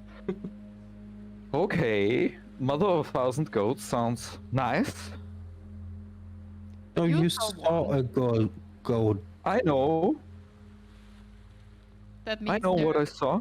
999 goats left to see on this island. I'm sorry, Theo. I'm not really in the mood for joking right now. I mean, I saw this goat and it's not here anymore. Where is it? I don't know, there were no as you tracks think leading about out. that, you, Hamish, hear the sounds of kettlebells again. And as you look towards Not again. as you look towards where you saw like this structure that was pointing towards, you can see on the other side on the small island, there's a goat that is grazing on top of the hill, and shaking his tail, looks at you in a vague direction, and then disappears. Did you see that? What? And I'm pointing in the direction of where I saw the goat. Yep. By the way, did you see that? only Hamish heard the bells ring, by the way. Yep. And you look there and there's nothing there. There was a goat right now. Why? No. Give me a sanity check. Give me a stability roll. Feels like sanity is decreasing. I got it.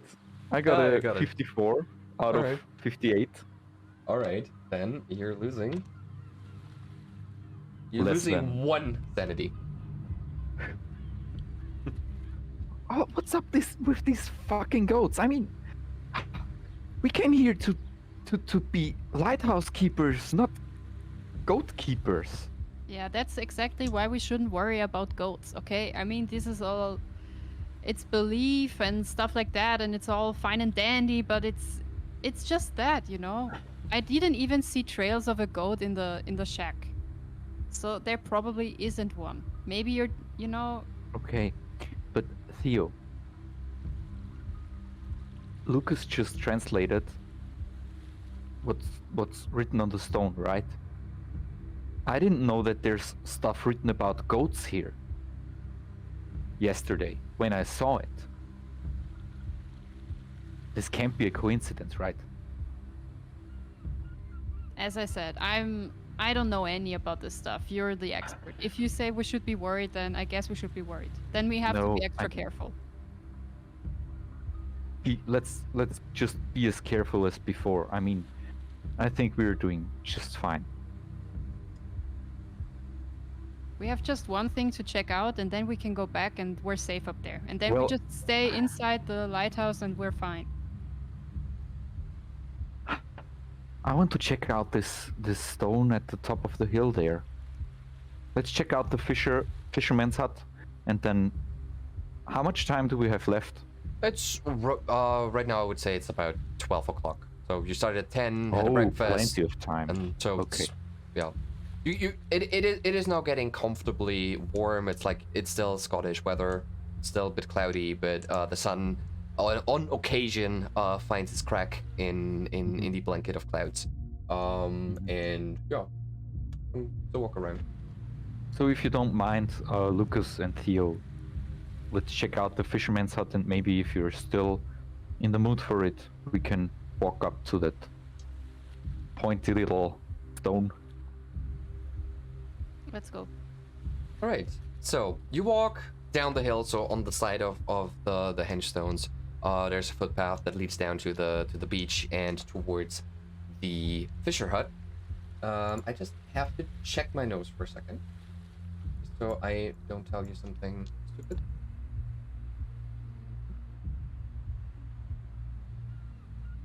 All right, good. While you walk there, can somebody please give me a spot hidden check, all of you? Yay! What's up? Nope. What's up with all my rolls? I don't see nothing. I had a 96. I can see anything too. I have 87. I'm gonna force it. Fuck it. Okay. Oh no. 17. I got it. 17. So yeah, as you were walking through the rocky beaches of Flatshire, you like let your gazes wander, and you are your bootstraps are getting caught in between two rocks that you're jumping over, and you fall down, and right in front of you, in like the smaller beachy stones, you can see like a chain look out of the stone. So that's like a small, like from like if it was jewelry,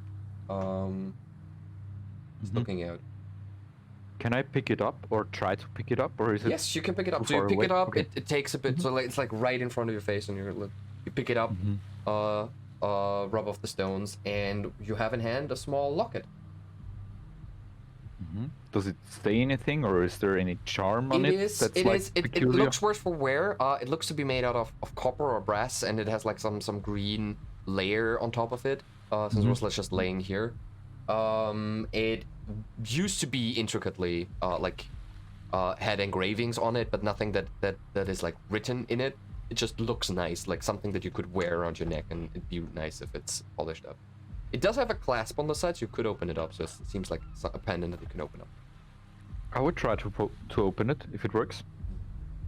Give me a second. I need to find the image because I have not prepared. And you find an image of a woman and a small child inside the lock. Walking on a beach.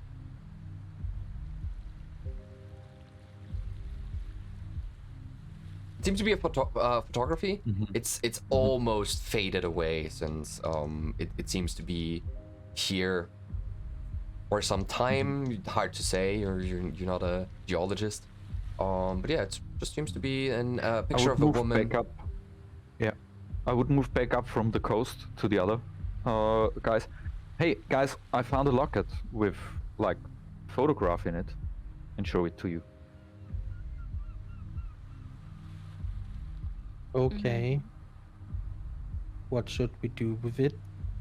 I don't know. I'll just keep it for now. Okay. I mean, I could imagine that someone lost this on sea, right? And it was just washed here. Maybe. Does anyone in the picture seem familiar? Not to you, Okay. no. Okay. It's also hard to see since they're just like photographed from behind. Hard to say who they are. Okay, I'll just keep it for now. Right. And then you make your way to the fisher hut, and you get there. You can actually see that there used to be like a small dock that might have led out from the stones onto the small bay that this is nestled in. But that dock seems to be completely smashed. You can see like some posts still out of the water, but it's like broken off. You can see that there's a lot of debris and driftwood being thrown onto the stones by the waves. And the hut itself looks, compared to the other huts that you've seen, fairly in good shape. So it is still there for quite some time, but it seemed to be actively used at some point. And the door is just open, and that's it. Hello? Theo starts shouting. No answer.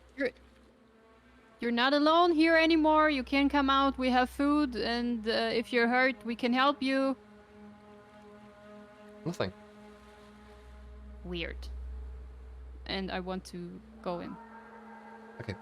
So you walk into the small fishing hut, and you indeed now notice it as a fishing hut. It's not just me having a slip of the tongue, because inside of it is basically just a couple of fishing rods that are strewn about, a fishing net that seemed to be hung onto the wall for drying, but it is already dried. Doesn't look like somebody used this fishing net for recently. And you also find like a small table. And on top of it, you find a spear gun. So it's just So I laying would there. be following closely behind and like then just be whispering into Theo's ear from behind, like, I think this is a fishing hut, right? And Theo was so concentrated and didn't notice Hamish coming from me. Oh, sorry, I thought you realized that I followed you. Okay. Theo. Yeah, that seems like one. You also find like fishing string. You find like small boxes with like fishing tackles, with bobbers and whatnot in there. So just what there seems to be in there.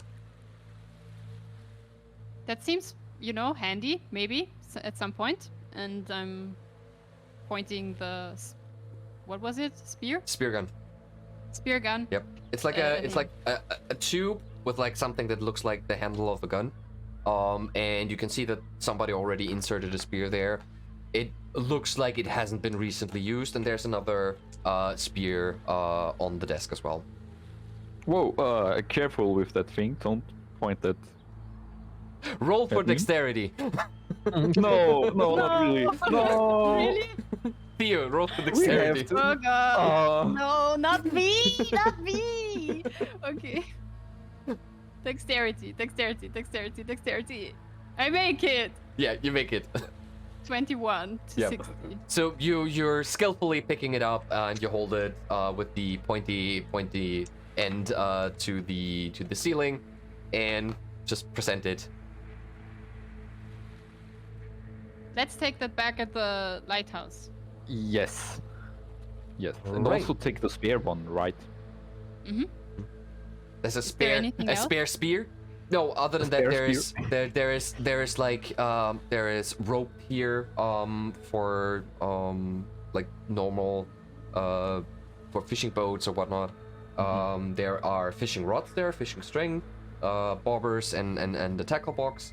Other than that, there's nothing here, but you might all make a spot hidden check anyway. Yeah, I just wanted to ask if there's any like trace of a human being here, or any kind of creature or human that could have been here. I got something in my eye. I can't see anything. Oh. You're too enamored with the spear gun. Yeah. I'm going to spend 5 luck points, and then I'll just make it. You check out the interior a little bit more. The shack really isn't all that big, but indeed, you can see that there are muddy footprints that seem decently fresh on the floor of the fishing hut. I'll squat down and point at it and tell the others, "Hey guys, look here! I found something." So someone has been in here, but they are not here anymore. Yep. Maybe Looks they're... like it. Question is, are they friendly or not? Yeah. I mean, they are certainly not friendly because they are playing tricks on us, right? Yeah, I'm getting increasingly, unsettled too, because I had the feeling someone was watching us, and I thought that might come from the fishing hut, so now it seems they don't want to be found. But Can we no- follow the steps, like the footprints? I mean, you can follow the footprints, but there's a couple of sets of footprints that lead into the fishing hut, and there are a couple that lead out. And once they're out, you can see some traces Okay. of the mud on the stones. But the rest, this is like the waves are crashing here. Whatever footprints there might have been on the rocks is washed away. Yeah, so as soon as we step out of the fishing hut, I would just try to look around and really look if I can find anyone. Like, I'll try to look around if there's anyone standing or any sign of anyone else. You look around You look around the beach, you look up the hills, you see the druidic stones there, and you feel just very, very small. You let your gaze wander over the ocean. The main coast seems so far away, but there is no sign of anybody aside from you three being here. Yeah. Well, still, I think we're not alone on this island. Me neither. And now, I don't know. We have weapons. We have a safe place. Maybe we should just go back, hang out there. We know where the petrol is. If they want to attack us or anything, I think we're, we have the safer bet to survive this. Is the Stonehenge on the way back? Yeah, it's just you have to go up the hills again. So you can either go along the beach back to the dock, or you can walk up the hills to the henge and then you can go back to the lighthouse that way. And the I wanna walk up pointing- and touch the Stonehenge thingy and see if I can find any more runic stuff or. Okay. Before we move on from the Fisher Hut, you now have a spear gun. The spear gun deals 1d8 plus 2 damage. You have 2 spears, so you can fire it 2 times. And it has a critical failure rate of 96 to 100. So if you're rolling above 96, it is jammed. It needs to be repaired. You can shoot, right, Theo? Yeah, but I mean, you have your axe. Lucas, do you want the weapon? I would give it to you. I have my No, own. thank you. I shot Nobody knows myself, that you have a gun with you. myself in the foot. Okay, then it's mine. Or you can have it, Hamish. You can have it too. No. I'm fine with my axe. I'm actually a little bit scared of this thing. Okay. All Then right. It's mine. Before we move on, Fine, back more to for me. Double-handed. Good. Before we move back to the henchstones, we will take a short break of 10 minutes, so we can get something to drink, go to the toilet. We are right back, and then we'll see what else you're gonna investigate on Flatshire Coast. See you, everyone, soon. And we are back. We've taken a break, we've gotten something to drink, and we are continuing to explore Flatshire Coast, the island where our 3 investigators, who are really actually investigating now because they're very, very curious to see what's everywhere. We just checked out the fishing hut, where in the morning Theo has seen a person walk in, and they do have indeed found footprints of somebody who recently walked into the shack. And now, as far as I understood, you want to go back to the henchstones for now, or what do you want to do now? Let's ask Just it that way. What do you want to One do? more question about the footprints. Are they like from boots or are they barefoot or? They look very much from boots. So it's not barefoot. Okay. It seems that somebody who has like also very big feet has walked in there. Okay. You wanted to go check out the henchstones, Lucas, right? Yes. All right. Yeah, we'll follow him. You walk back up the hills and you find yourself back at the henchstones. What do you want to do? I want to touch them and see if I can find any other engravings or moss that covered anything else. No. You take a close look. You take your time. So really run through it. You find nothing out of the ordinary, and you just see that all stones have the same engravings. Some of the stones are smaller and narrower, and you can see that the like pieces have broken off of them. But you can see that the symbols would be probably the same. That's all you can make out, and it still just says, "Praise be the mother of 1,000 goats. May she protect us. May she protect our shores from the one that sleeps below." And yeah, you can also I would just stand between two of the henchstones which like frame the one in the distance that shines this little dim blue light. I'll just stand there and just look in the direction of it, because if I remember correctly, the goat was also up there, right? Yes.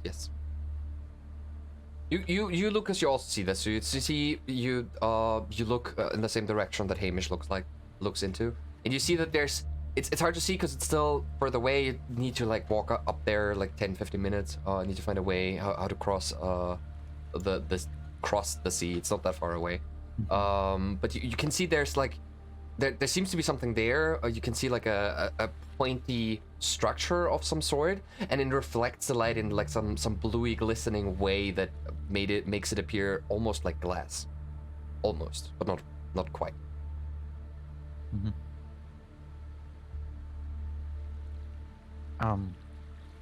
Theo, Lucas, are you still up to checking this thing out? Sure, we still have time.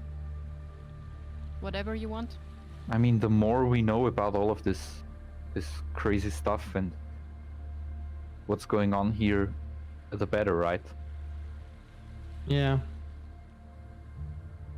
And maybe the person is up there. Maybe. Or another goat. I mean, the person doesn't have any, like, other way of running away from us. It has to be up there, right? Yeah, or they are waiting inside the lighthouse for us. Yeah, you know how to scare me. Thank you. Sorry. It's fine. It's all fun. Has any one of you ever heard about the Mother of Thousand Goats, or the one who sleeps below? Because Lucas, I saw you carrying like a history book. I mean, I do have a history book, and I do have a knack for the occult. That's why I know things, but... Have you heard of the one who sleeps below? Have I? No. I don't even let you roll on it. Have I heard about the lady of the thousand goats? I haven't heard that specifically, but like goats are a well-known symbol for fertility, and the likes in heathen cultures. That's the only thing that comes to mind when you think about it. So I would imagine we are talking while we're walking up to the... Okay, you do, because then it's described. You're walking down the hills to the southern end of the island, where you can see that usually this place would be flooded, but you are, I actually googled it, you're right on time for the ebb.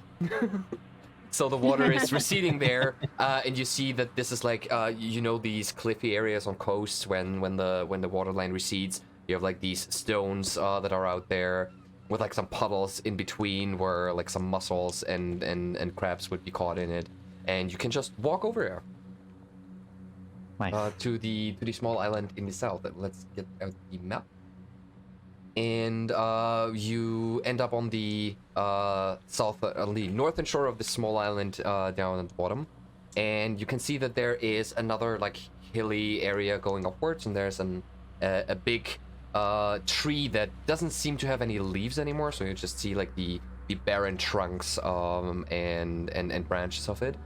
And you can see that the light of the midday is reflected in many trinkets that are hanging from this tree. So you see like from string down from the branches, you can see like pieces of glass, some feathers, some like knickknacks and marbles, like small things that are just hanging from these tree branches.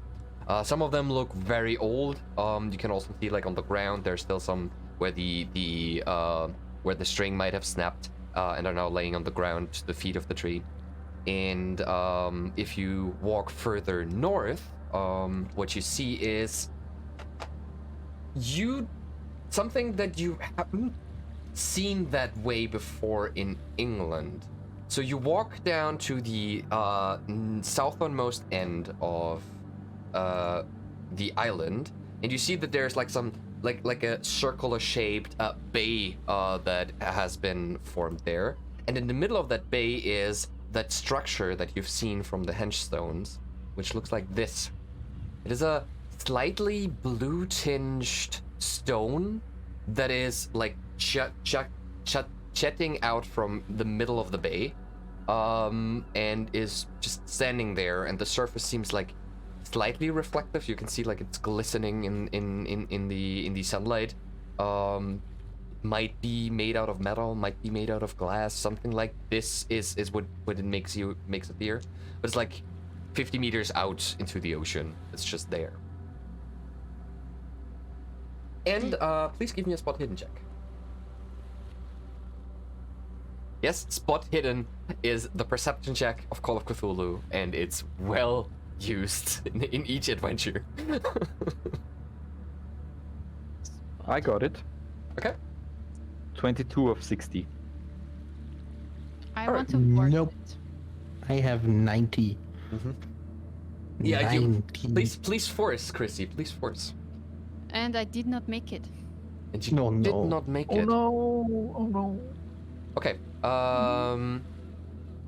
As you look around, you, Lucas and Theo, you just can't take your eyes from this weird shaped structure that you see there. It's not really a structure. It looks very natural, but in a way that makes you feel uneasy.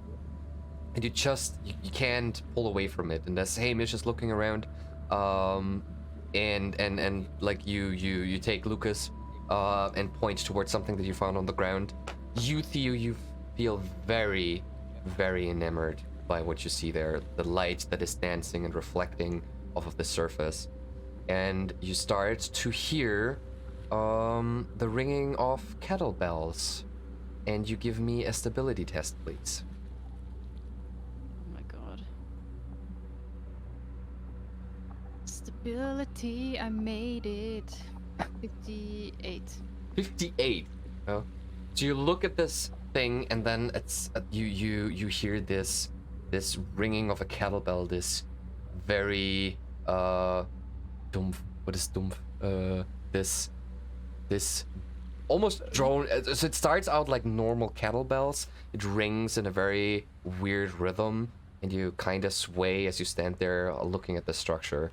And then the sound gets more droned out and deeper, and you think that you can see that there are some eyeballs sliding out of this stone structure, opening up and staring at you with the weird shapes of goat's eyes that seem to pierce you and look back at you.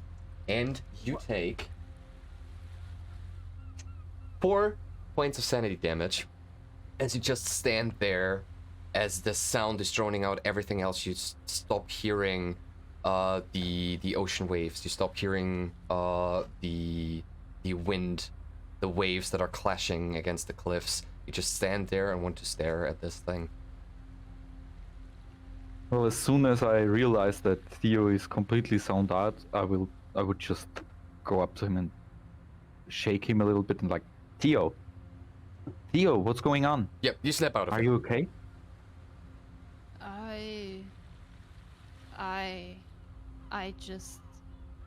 I don't know what I saw right now. Well, try to describe it. I think it was goat's eyes in the water by the structure. Why do you see goat's eyes in the water? Don't ask me, dude. I have no clue.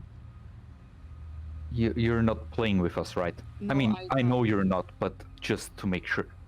No, I'm not. I swear, if you wouldn't have shaken me, I think I would have just shot at it. And I don't know if that would have been good. Okay, we don't know why all of this is happening, but we know that it is happening. We're not crazy, right? No. Something's going on. Honestly. Lucas, please. We're not crazy, right? You've seen stuff. You've seen this corpse disappear. We believe you. Maybe it's, I don't know, I heard of gas leaks that made people crazy all at once, or mass hysteria because we're not. We're not a mess. We're three people. Honestly, Lucas. Come on. I don't know what's going on, and I don't know what to do about it. I just try to focus at the task at hand. I try to understand the occult stuff here, and then get back to the lighthouse tower, see if we can make it run again, so we can repel whatever is in the night there. All right. Yeah. Before you snapped Theo out of his trance, what you found when looking at the coastal area is that you found a multitude of footprints. They don't seem all too fresh, but you can see that there is like a path leading along the coast, along this bay, around this structure, and you can see clearly like divots of working boots that have walked back and forth here, and they seem to lead somewhere to the cliffs. Okay, I would tell the others. Yeah, this is what you pointed out to Lucas as you found it. Yeah. While Theo was. Yeah. So I found these tracks here, right, leading up to the cliffs. Let's see if the guy's up there, but be careful. Should we hold each other's hands if somebody is zoning out again? Not that we fall off the cliff. I would prefer my hands on my spear I mean, weapon, If to it be honest. if it helps you, we can hold your hand, but I would also hold my hands with fire axe. You can. I'll go in the middle. You both can hold your weapons on each hand. Is that fine with you? Yeah. Yes. Okay. We Okay. three weirdos. You three weirdos walk along the bay of this along the coast of this bay where this needle is jutted out, and the footprints lead towards like some stones that seem to form like some small natural cave-like entrance. It's very narrow. Like only one person at a time could go through it, but the footprints lead to it and out of it.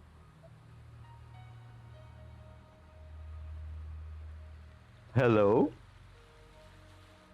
You hear your echo a bit further down in the cave. Hello?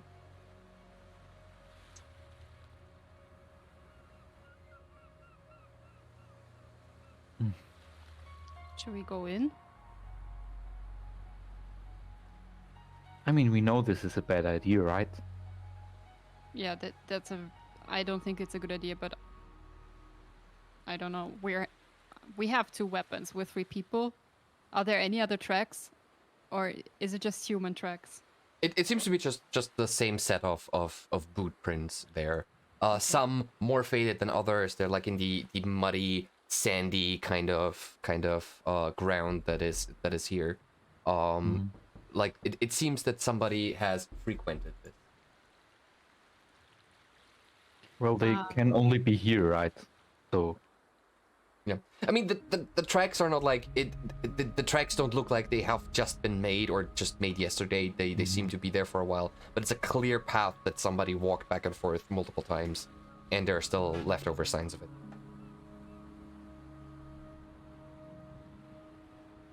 Theo, I will go in. You light the way, okay? Sure. All right. So you, Hamish, you go in first. Mm-hmm.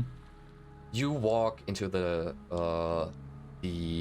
small opening in the cliffs.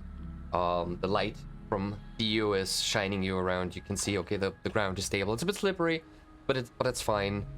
You have some trouble getting through the entrance as you're a well-endowed person. Like, you're not too well endowed, but you're very rotund. So you squeeze yourself through it. And then you please give me a stability test. Like mental stability? Mental stability. And then I describe what you Just see. Hamish or Theo too? Just Hamish. Okay. 75. I didn't make it. You Oh, didn't fuck. make it. Okay. Nope. As you squeeze through... Please don't be goats. Please don't be goats. Please don't be As goats. Yeah, you I- squeeze through the entrance of this small cliffside cave, you see what you can only describe as some weird altar-like structure. You see a wooden post that was hammered in the dirt of the cliffs, and on top of it affixed is the skull of a goat. I'll have an Wish image not for you. granted. There we go. So it's really just, it's like a small opening. You can barely stand up, and you see like there's a small stone place there. The wooden post affixed to it with the goat on it. You can see that there's like some metal or copper insignia on top of it. And as you see the goats, this thing, there is undoubtedly a feeling of uneasiness, like the tight cave that is there, the smell of rotten vegetables that are strewn about on this altar-like structure. You can see some bones there as well, and you lose 3 sanity. How much did you lose Okay. already? I'm at 54 right now. 50. I lost 54. 6. 6. Okay, all right. So we're still good. But yeah, you see this For now. this altar. What do you do? I'll just like let out the little gasp, like. Okay, well, guys, I'm just screaming back out through the cave entrance. Guys, there's like a little altar in here with a goat skull. Not them damn goats again. Well, I think this is the place where this Miller guy did his offerings, to be fair. And That it makes also would make sense that we have all of these tracks running all across here, right? Yeah. And they don't Can I- seem too fresh, so. Yeah. I mean, if you want, you can join. I think it's safe in here. I want to do that. Okay, yeah, you crawl in there as well, and you see the same thing, just there. The cave is about, I don't know, 2 or 3 meters across. You can stand side by side comfortably, but the ceiling is very narrow, so you're like hunched over, and the light of the torch that you have with you is like reflected off of this copper insignia piece that is affixed to the skull. You do see that it looks like as if it is embedded into the skull of the goat. So this part of it, and you can see very clearly that there's like some colorful stones, some seashells, and some leftover rotten food that has been placed here at some point. Like the vegetables are rotted away almost completely, but you can see like some pieces of like bones that are strewn there as well. Okay, this got me thinking. The thing that it said on the Stonehenge thing that the mother of goats will protect this island, and Yeah. we know that ships and stuff like that disappeared before the lighthouse came. Yep. So probably the goats aren't the thing we need to be scared of. It's probably what the goats should protect us from. If we believe the stones, you know. So this is all scary and shit, and I don't really I wish I would have never experienced it. But if he brought offerings, maybe that's a good thing. I would Yeah, but even yell if out he, if to he Lucas. brought offerings, One at a it time. clearly didn't protect him. What? But even if he brought the offerings, it clearly didn't protect him, or not enough. We don't know what happened. Yep. And he also told us that we should be like careful in front of Merryweather, so maybe she like interfered with something. I think he was doing like nothing wrong. Yeah. I think that Merryweather is at fault of all of this. But I mean, Lucas, I know you don't believe in like really believe all of this stuff, but maybe you can take a look at this. You know stuff like occult stuff, and maybe you know something about the insignia in the skull. Check this out. Okay. Can I? Yeah, sure, you can roll for it. History, I think, is or occult. Occult would be better. Occult. Yep. Ah, I rolled it on the dot. Nice. So yeah, you would clearly see that as a protective altar. You are not quite familiar with what kind of nature god has been worshipped here, but these kinds of altars, especially like with fixtures of animal skulls of different kinds, are very common. And from what you can tell, the copper piece that is inlaid, it doesn't have any like discernible runes that you can read, but it has like the typical Scottish heathen like engravings on it, and you would say like this is either just a place of worship. You would more see it as like a place of respite, since it's hidden away. It's not out in the open. So this is maybe like a place of safety more than it is a place of like ritualistic worship. Would I know what offerings you would give there? Usually like sacrificial offerings like pieces of food, meat, well, in extreme cases a whole animal would be slaughtered and gifted, but anything that the land produces that you take it away from, you would give as an offering. So that's why you see the vegetables rotten away around here. So somebody has placed some onions here at some point. I don't know, it's just like basically just a husk rotting away. So that's usually something that you would give. So something from the land that you inhabit and take from, as a way to return what you've taken. I mean, we could place some offerings if that eases your mind. You collected some herbs, right? Sure, that would make some offerings. I take half of my herbs and place them around the altar. Yes. And Hamish would observe and then like stand there for a second and take a look at Theo and at sorry, I forgot your name. Why did I forget it now? Lucas. Lucas, right. Wait. It's starting, I can feel it. I'm losing my sanity.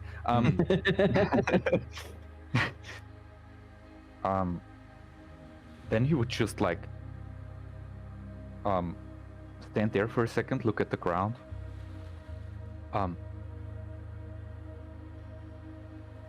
Mother of goats, please protect us from anything that's out there. We offer you some herbs we collected from this island. We mean no harm. We're here to protect the people of Flatshire and protect ourselves. Thank you.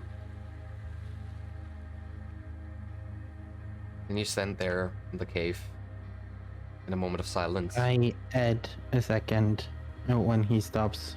Yeah. And if you exist out there, any sign on what we can do to protect ourselves would be appreciated.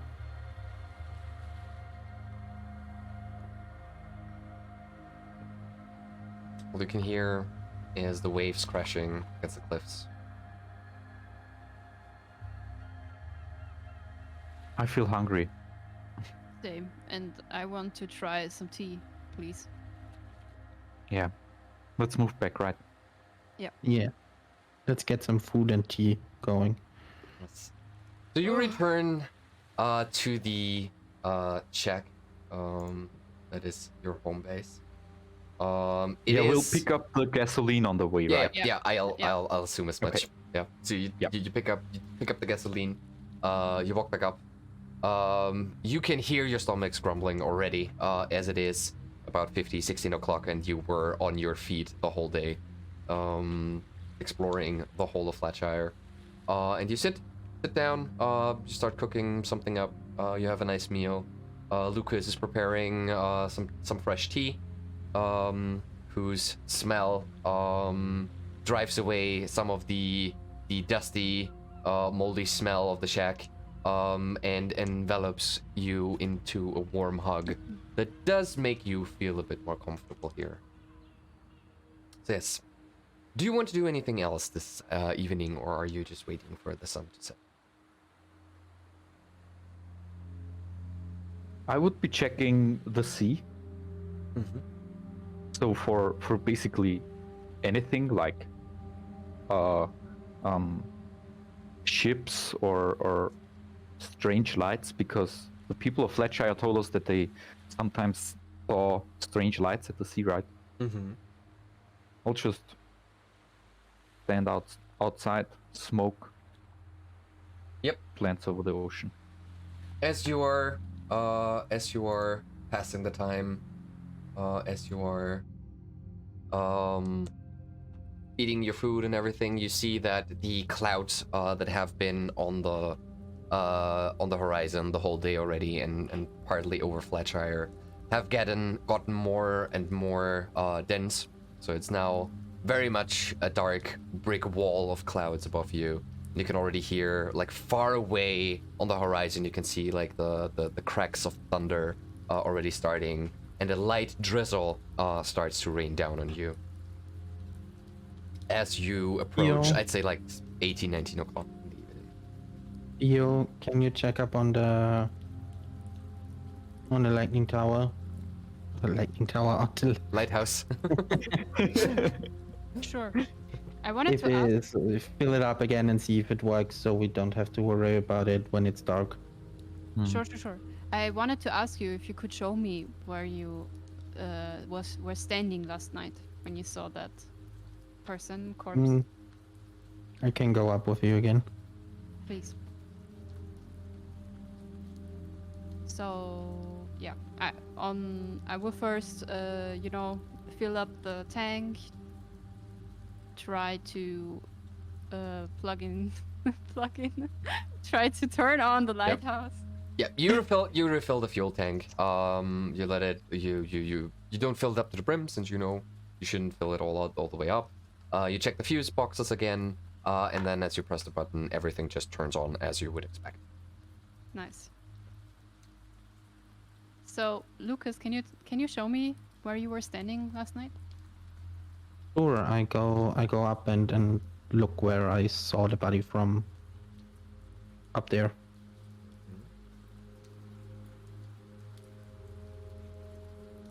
Just give me a second, and I need to read some of my notes here.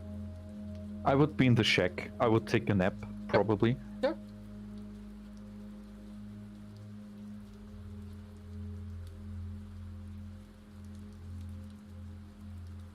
Okay. Yeah. You go down. You go out to the railings of the lighthouse, and you try to remember where did you stand, and you point downwards, and yeah, it is the place that you checked out where you found blood, but from up here you cannot see a body or anything. It's just not there. Okay. I want to go around the railing Mm-hmm. and just take a stroll and look out, and what I see, you know. Give me a spot hidden check. 15. I missed. 15. So yeah, as you make your Show rounds, her. you stop for a second as you're looking down to the south of the island, where the docks would be and where the druidic stones are. And you see something that reflects some of the fading light. So something like as if a glass would reflect some light. And you look a bit closer, and you are pretty sure you saw a shadow disappear behind one of the henge stones. Yikes. Okay. Okay. I tell Lucas, oh my god, there is someone here. I swear I saw another person disappear behind the Stonehenge. So there is someone with us on the island. Yeah. What do they want? I mean, they annoy me. They could just, come up to us. We were so friendly. So Well, friendly, you know, taking a stroll with a fire axe and a spear gun. I said we will help What- them. I said we will what's it- help them. Or just say what they want, I mean, at least we know he doesn't believe in the old gods, because he didn't bring anything to the shrine. We don't know that. Maybe they believe in the old gods, but are not a friend of the mother of gods, but of the thing that she's protecting us from. We don't know. What was the How call is she again? protecting us from? How is the lighthouse warding off that thing, and why is it the mother of goats protecting us from it? I don't know. I'm just guessing of what you read us from the Stonehenges. Okay, we know what we have to do. Everything is still fine. Just get the night over with and maybe find the guy in the morning. We should also not all sleep at the same time again. Yeah, that's probably right. I'm sorry. What was the guy called? The mother of the 1,000 goats is protecting the island from the The one thing who that sleeps sleeps below. Okay, the one who sleeps below. Yeah. Okay. Yep. Do Okay. you want to take a nap, Lucas? I want to make sure that everything's secured in here, that nobody can break in. And when Hamish wakes up, I want to take a nap too. I would say I go. I take a look out until you're done. So you can concentrate on your work, and I can look if somebody's coming up to the lighthouse tower. Okay. And I go around the railing and take a look out if somebody's coming. Yep. You try, but as it gets darker and darker, and the clouds get thicker and thicker, and the rain gets stronger as well, it's really hard to see any distance without any light, since the lighthouse not turned on right now. So it's a bit of a situation in vain. And yeah, you take turns. Theo is checking out the inner workings of the lens. Everything seems to be in order. The petrol is fine. You would assume that it will be fine for the next couple of days, so you don't have to take care of that anymore. You also refill with some of the petroleum your lamp that you have, just to be prepared. And then you all just take turns napping, looking out onto the island that gets darker and darker as the rain gets heavier. And I want to, prepare the lighthouse and our shack so that nobody can break into it. Like, try to secure the windows and the door. Oh, okay. So you really want to barricade. Okay. Yeah, you can do that. I mean, on the lighthouse, most of the windows are not on ground level anyway. So if somebody could get in there, that would be quite the feat, since the lighthouse itself is also made out of very slippery and smooth rock that is plastered over. Can I see if the lighthouse has any kind of protection against a lightning strike? Do you have any skill that would reflect that?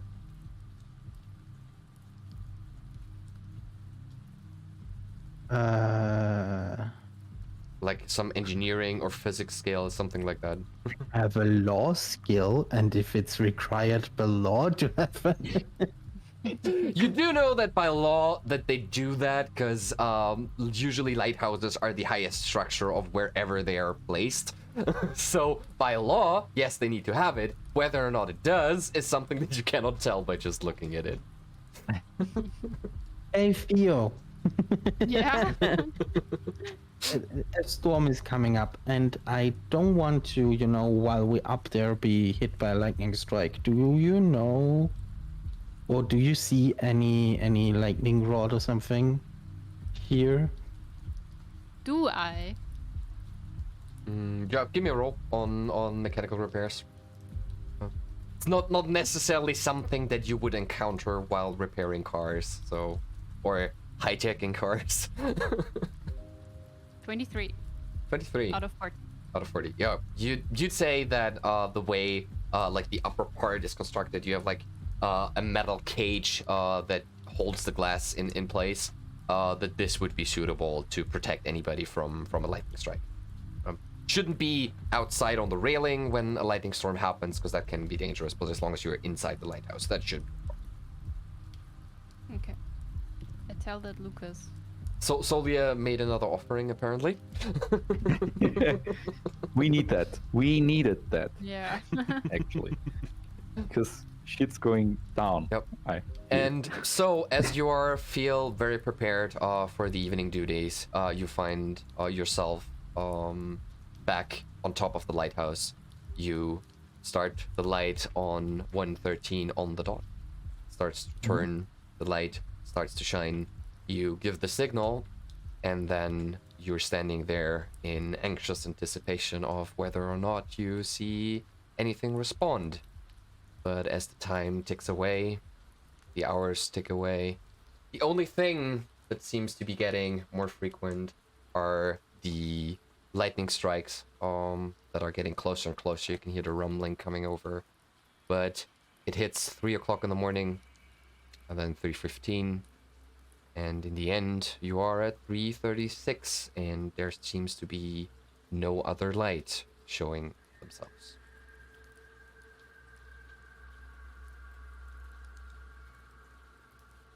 Well, we made it. I can't believe it. Do we really turn off the lights now? Well, we can turn it off, yeah. I mean, I would, in the instructions, we should turn it off. But if we turn it off for like a minute and then let it run for another 40 minutes, so we can at least see if somebody comes up at night, we are allowed that. That's true. Mm-hmm.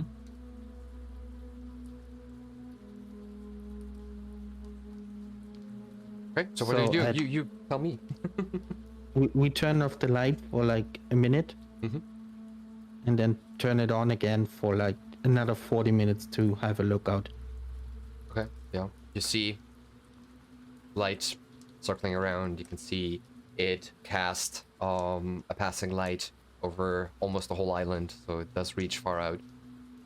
But even under these circumstances, you cannot see anybody move around on the island. And after 40 minutes, you start to feel very tired, and it is rather cold in the lighthouse itself as well.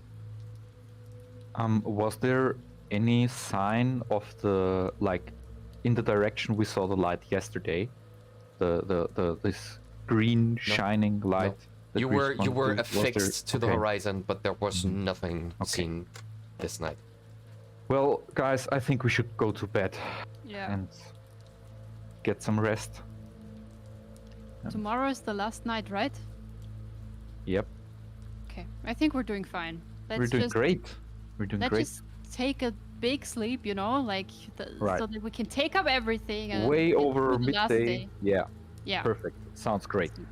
There's enough gasoline, right? So, Yep. I mean, Everything's basically, we're rich people now. True. Yeah. I mean, I think Hamish would. Shit. What? We didn't take any liquor. Okay. You then have it's liquor fine. in the shack. There's still leftover liquor in the shack. Yeah. Yes, he would open a And I bottle. still have my wine bottle. Yep. He would get a drink after that. Same. Okay, so I'm gonna go to bed as soon as we go down. Yeah. Let them be awake, and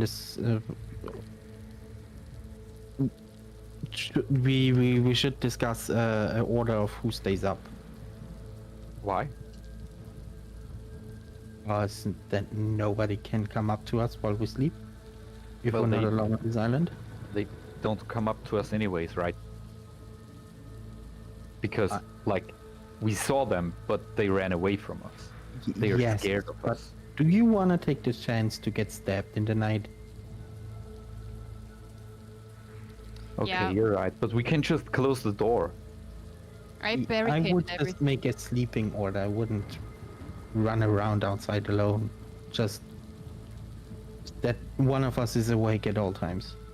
And you're turning to Hamish, and he's just starting to snore with a liquor bottle on his belly. Okay, He took a nap while we repaired the lighthouse, Yeah. right? yeah. So. What an asshole. Okay, But we all did. Like we all took a nap before. do you want to stay up or should I? I can take first watch. Just go to Okay. sleep. Wake me up when you get too tired, and I go to bed. All right, as you take turns, the night passes. You can hear the pitter patter of rain hitting the windows and the roof of your shack. Inside, it is cozily warm. Hamish enjoys the warmth of alcohol in his system, while the rest of you enjoy the warmth of fresh tea and a fireplace warming up the tiny little shack. As you both start drifting in and out of sleep again. The night passes, the next day begins, but it begins as drab as the last one has begun, as the storm is still not showing any signs of subsiding. So there's now heavy rain going down outside. You can hear thunder crackling in the distance from the ocean, and you can hear the occasional wind really whipping at your shack and howling as it howls past the cliffs. It is now, since you said you wanna like sleep in quite alright. I'll assume it's sometime around 12 o'clock, something around that time, since sometimes Lucas was sleeping, sometimes Theo was sleeping. Hamish just snored throughout the whole night. So the last day of your duty has begun. Do you want to do anything before the night is falling? So Hamish wakes up. Oh, okay. I'm sorry, guys. I was really knocked out. Oh, all of this shit is getting to my head, and I'm just looking forward to, like, civilization again. I'm not used to all of this. I will just get the coats, because if we need to get out or something, we don't want to get drenched, and we now have some time to get dry again, so I'll just be up at the lighthouse, get the coats, and bring them down here. Good idea. All right. As Hamish leaves, and leaves you all behind, you just wait there for him to return. As suddenly you hear. I took my fire axe with me, right? Yes, you did. But Okay. you hear knocking on the door. Ah, I know it. I hate this one. Ugh. This Ah, is the revenge. This is the Yes. revenge, right? Yes, it is. I pranked him at our Call of Cthulhu game with this knocking on doors streaming thing. Yes. Hello. I heard knocking. Oh my god, I heard so much knocking during the session, and I was like, okay, this is just part of Naru's ambience thing. It's alright. It's alright. While trying to stay in character. Okay. Hello. Who's there? There's no answer. Is there a way to peek out? You have barricaded all the windows. No. Okay. If you don't answer, we don't open.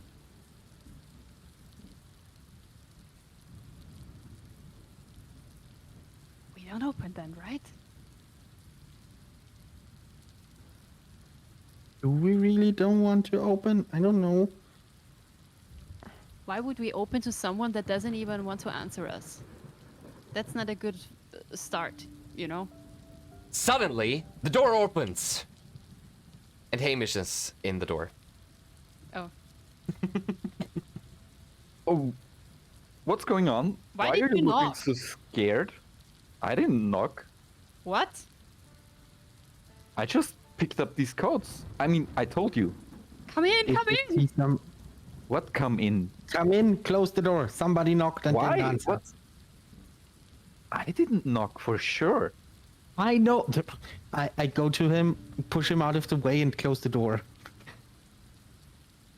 Right?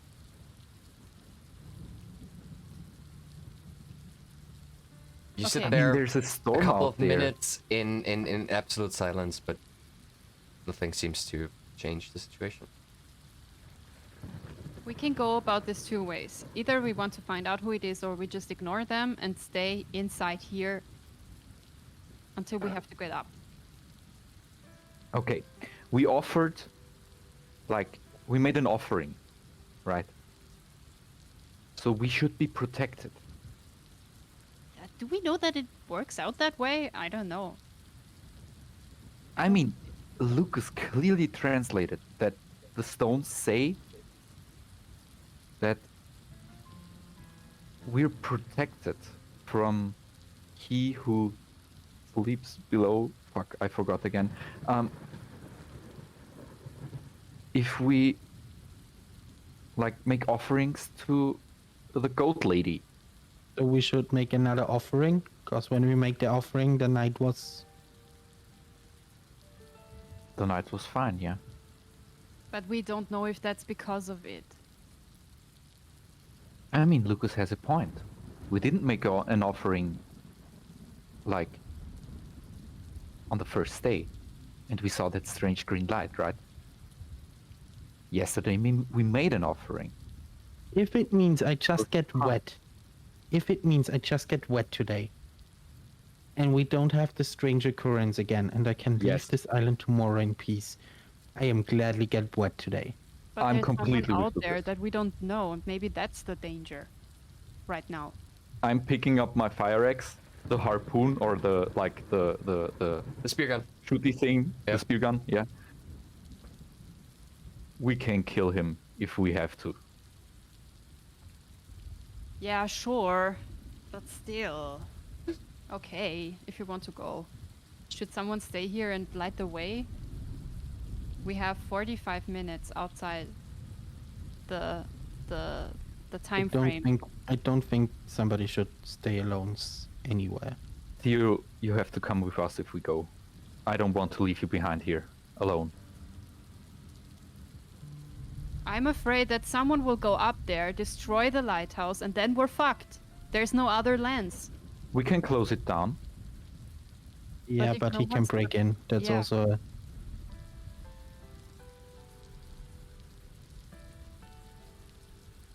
Wait, so we should stay in the lighthouse, right? Yeah. Why are you Because we're scared not right suddenly now. of someone breaking into the lighthouse? Because I don't know. It's just a hunch I have. If Okay. someone wants to, you know, if someone wants something bad for us, then that would be the best bet. Mhm. And I'm, if it's one of the people from Lightshire, then they would know about the lighthouse. Flatshire. Yeah. I don't think it's a rando. Flatshire, thank you. I don't think it's a rando. Okay, so how about this? Tio stays behind and barricades the door, and we two go, make the offering, come back, and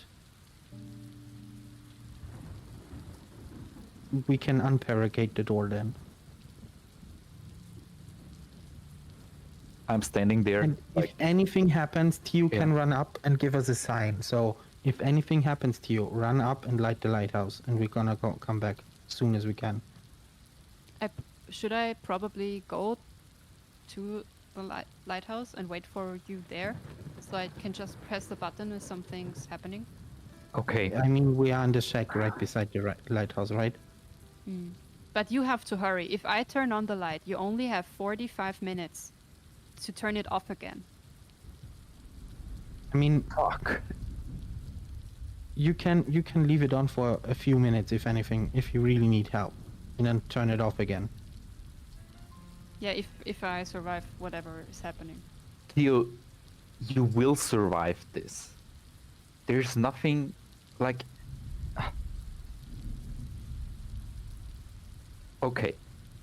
You'll just make some small light pauses so we get that you're like in danger and turn it off. Okay? Okay. And you barricade the door until we're here again. Yes. Make sure you're safe. Take the spear gun with you. And please, Theo, be careful. Okay? We'll be here in no time again. Okay? Okay. All right, so you two set go. out into the rain. We'll take some vegetables and fruit with us we bought from the counter. Yep. And Theo's going to the lighthouse and just keeps guard there. Yes. Yeah, but before I go up there, I want to make some Molotov cocktails. Okay. Do you have a skill that reflects that you can do that? I'm down for it, but What 'cause kind of I love skill? that explosives usually don't go the way that players think they do. Yeah. But I'm here for it. Don't forget matches, right? I don't know if I have a skill. I have a firearm skill, but I don't know if that's. Mechanical I have a repair. natural world skill and I have a medicine skill. I thought. I mean, I did that a lot of times. You know, where Yeah, I'm from. yeah. I would Oh, say I yeah, you just can roll for assumed. firearms for it. Let's do it. I think there's like I love chemistry that. or like makeshift explosive skills, but let's do firearms. It's fine. I made it. Yeah. Oh, So as you two are Thank leaving, you God. see that Tiu is taking some of the whiskey bottles and starts ripping apart the bed sheets that are still there. No, you have spare bed sheets here, so I guess you can take that. And you also have like the petroleum canisters still laying around, so you like dip them in and fill them up in the bottles as well, and like prepares very craftily and as if he has done this multiple times, like a set of 3 Molotov cocktails. We need a code word, so that I don't throw the cocktails at you when you're coming back. why would you throw them at us? I don't know. Strange things are happening here. The dumplings are back? The dumplings are back. That's a good idea. Oh. Why'd you have to rub it in again? I'm My sorry. God, let's leave now. Take care, Theo. Right. You too. You too. Yeah, we'll move along. Okay. You are Quick pace. going out into the rain. A quick pace. It still takes you a considerable amount of time since it's a rainy day. You have to navigate those are not roads that you have here. Those are just footpaths. You have to walk with great care not to fall down, especially when you go past the henge stones down the cliffs and to the other side of the ocean. You wait for the ebb to subside, which is around after lunchtime. So you arrive there. You go there. The wind is dragging at you, so you have to go rather slowly. And you are back at the sharp stone that you've seen the day before. And you walk past and go back to the altar. What do you like to do there? Lucas, do you want to? Yeah, I take the rest Start. of my herbs a little bit and the vegetables we brought and the things we brought. Yeah, we probably and brought place some it around again. vegetables, stuff like that. Yeah. If you hear, and if you hear us and really want to protect the people here, we are only here for one night. So if you need to show something to us to protect us, you should show it to us now. And if you just want to protect us, please just for one more night so we can go home again. Well, what Lucas is trying to say is we do care about the people of Flatshire. We actually do, because whatever is out there, you, dear mother of 1,000 goats, you're protecting them from it, and whatever Mr. Miller experienced is not like anything made up, it's real. We know that you're real. And we thank you for protecting us last night, and we would like to ask for your help once again. You place the offerings, stand there in a bit of silence, and then you leave to return. It's now starting. 1 second, I just want to. I have like a pendulum, right? Yeah. Because I have this mentalist stuff. It's Yeah. a crystal pendulum. Yep. And on the way back, I want to hang it onto the tree. Oh, okay. Yeah, sure. You do that. Oh, so you hang it next to the other trinkets that are laying there. It sways in the strong wind that is now going up. And even though you have like the raincoats on and everything, you start to get like freezing cold as you make your way back. So that took you, I'd say, 2 hours at least to like get there and get back and under these conditions. So it's now the afternoon. It is becoming more and more dark, so it's now really hard to see. You can not see the coast from where you are now, from Flatshire, as you walk up back to the lighthouse. And you can see that there is fog rolling in on Flatshire coast. So it I gets take a look out and also listen if we hear any bell ringing or any goat at the way back. I mean, you do Goat sounds. hear. I mean, you do hear like the creaking as you pass the old farming shack. You hear like creaking of the wood. You hear a window clattering because it's not closed properly. You do hear like some cattle bells from coming from the old shack. But you also know that there's stuff like this placed there, and the wind is rather heavy. But other than that, there doesn't seem to be anything out of the ordinary happening, right?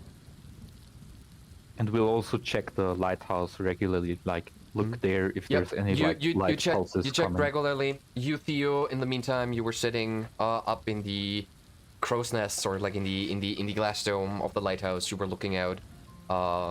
You did notice that like the fog got thicker and thicker, and you started losing vision of the coastal area, and you just sit there, waiting your time, but there doesn't seem to be anything noteworthy that would warrant you igniting the lighthouse. Nice.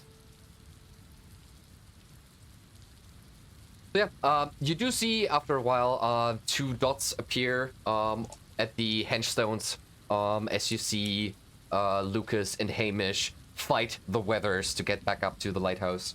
And yeah, you reach there. What do you want to do? Or do you want to wait? Yeah, we will meet up with Theo again. Mhm. Yeah. Is everything all right with you, Theo? Yes, nothing happened. Everything's fine. Okay, that's good. I was worried a little bit. Me too. Oh, we made the offering. Well, let's take a nap and Maybe we all just went a bit crazy because we were really tired at the first night.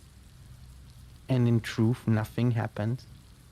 Maybe the night will just go away and we can go home tomorrow again. That would be the best thing ever. I'd be so happy to be wrong in this. You cannot imagine. I mean, we just made an offering to the mother of 1,000 goats. So, I mean, doesn't hurt anybody, right? And we have so many Everything, weapons. everything that brings me up on this, off of this island safely, is worth doing. So let's just wait here, get the last Okay. night done, and Yeah. then we can go home, right? You're right. Yeah. Yep. So naps in turns, and then let's get through this. Yep. Yes. All right. I'm taking my fire axe for napping. So yeah, Hamish is cuddling laying with in the fire axe. his bunk bed, fire axe on his chest. Theo, spear gun at the ready. As you take a nap. The time passes. It is past midnight now. We're going on to 1:30. So I guess you will be getting up and do a preliminary check of the lighthouse. We get ready. Right? Yep. All right. As For you, sure. so yeah, you walk back. You walk back into the lighthouse. You're now on the ground floor. I want to know what you're doing now. It's like 12:30. So it's like half an hour until duty time, kinda, plus minus. Before going up to the lighthouse, I'm barricading everything again. You know, making sure everything's safe. And then Lock the I'm door. doing my- Yes, and then I'm doing Yep. my regular check of the lighthouse. If everything's working. And I have all my weapons with me. All right. I have the fire axe with me. Yep. Yeah. And I'll just help Theo barricading. At one What point, exactly just are send you him up. barricading? Are you barricading the shack? So- Are you barricading the lighthouse? Yeah, What no, are you no. doing? We're barricading the lighthouse from the inside, so nothing can get in the time we're at the top, and can't watch the door down there, right? Yeah. And Yeah. the shack is the windows are barricaded, and I don't know. I secure the door as much as possible, but Yeah. in a way, of course, that we How, can how go you how back you do in. how are you doing this? Are we sleeping in the lighthouse now for the last night? No. We're on duty now. It's like shortly after midnight, right? So we would need to be in the lighthouse for the next few hours. I mean, we could leave the shack open, right? Because there shouldn't be anything of value in there anyways. Yeah. If someone starts a fire in there, would that hurt us at the lighthouse? I mean, it's also raining, Yeah, true. Yeah. and the petrol is in Yeah. here. But Let's we should just- take Which is good everything when a with us. fire breaks out. To be fair. We should take everything with us that we find of value Yeah. and just barricade So ourselves. Yeah. food. Yeah, we'll Food, take the food to petrol. the lighthouse. Yeah, the Okay. petrol.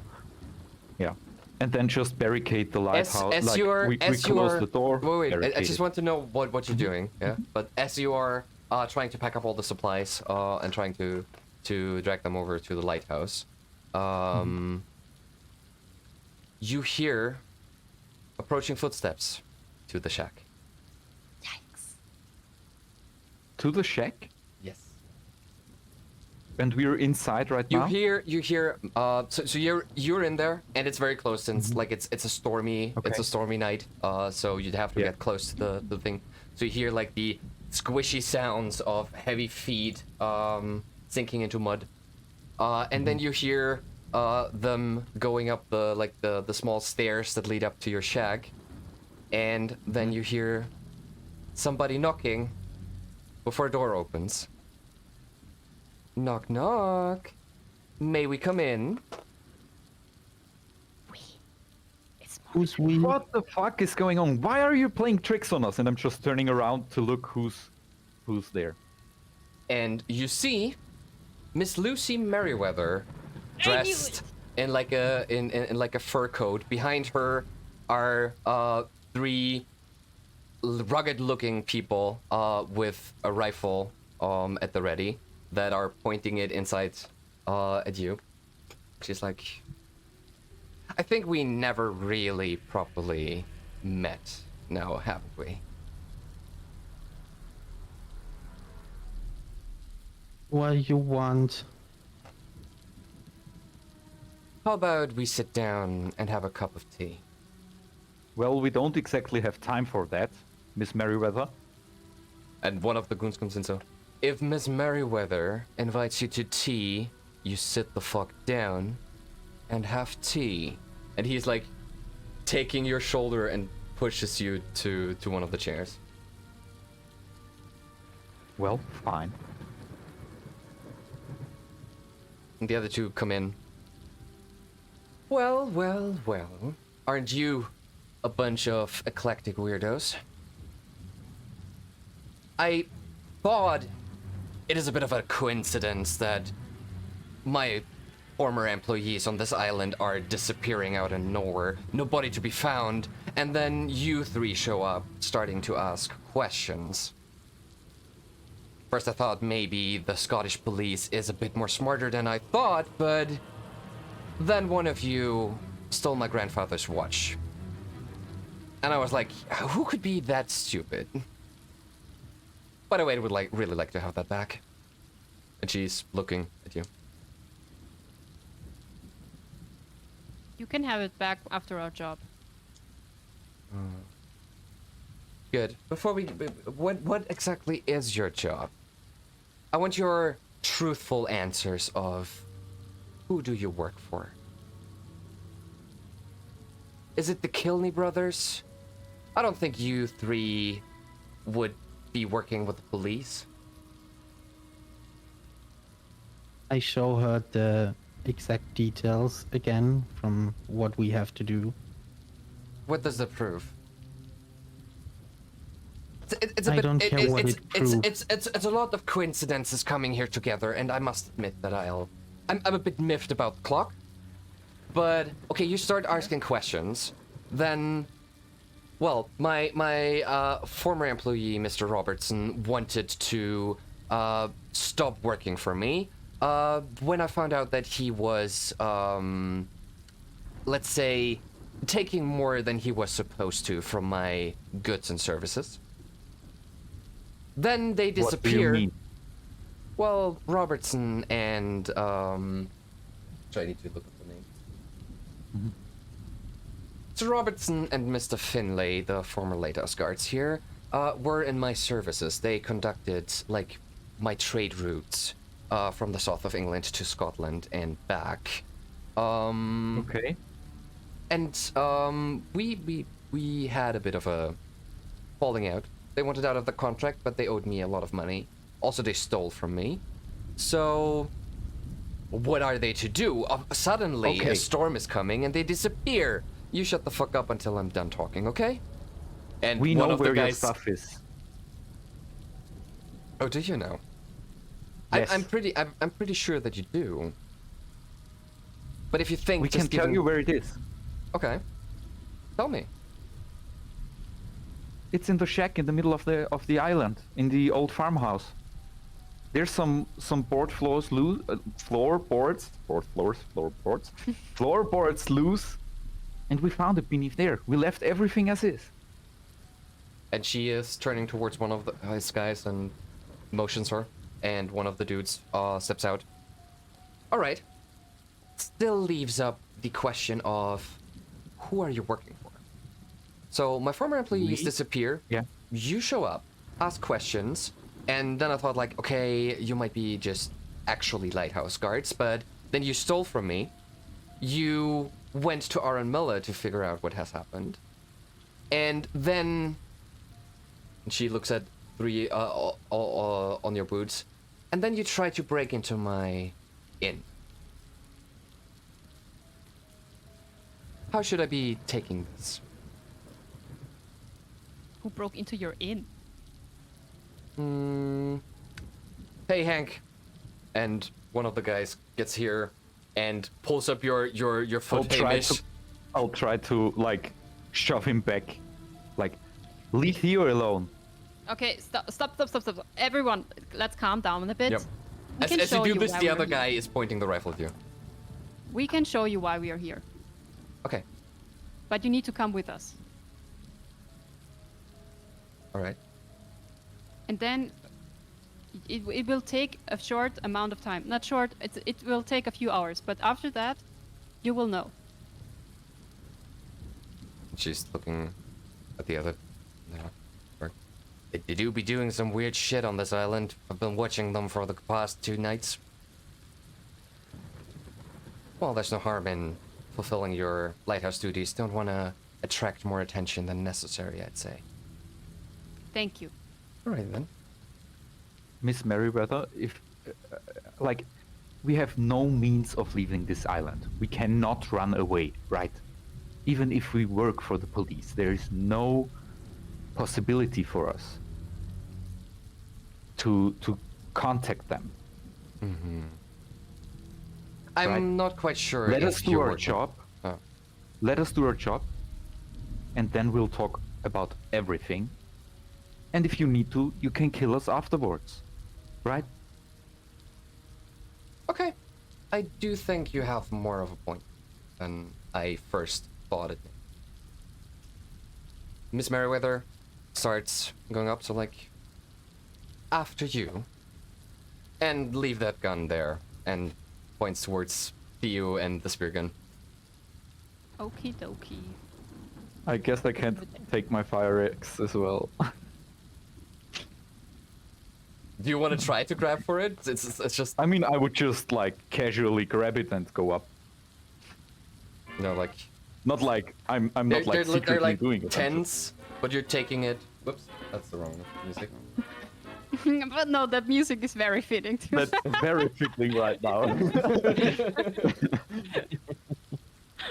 As you walk out into the stormy night, suddenly a thunderous roar blasts forth from the skies, and a lightning of green light washes over Flatshire.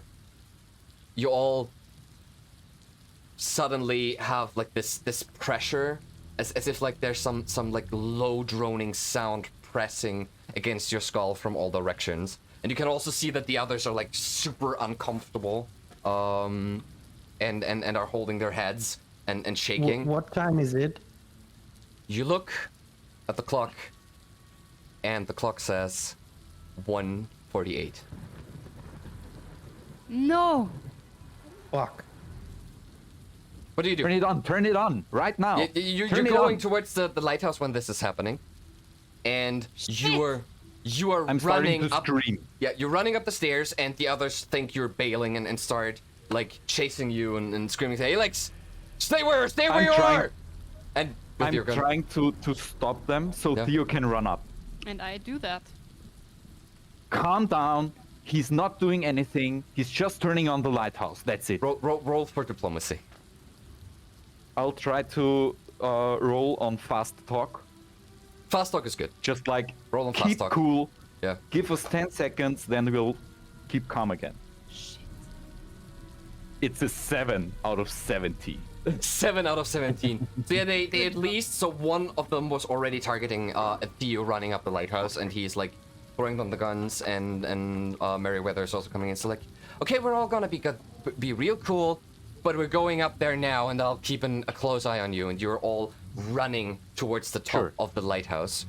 And as you are, Theo is ahead, and as you are up, you just want to press the button, you hold in and freeze as you stare out into the ocean. No! You hear, you Why see, would I you hear the others, come following suit as they see you there with as the gaze of sheer horror looking out into the ocean as you all turn towards the horizon and see this.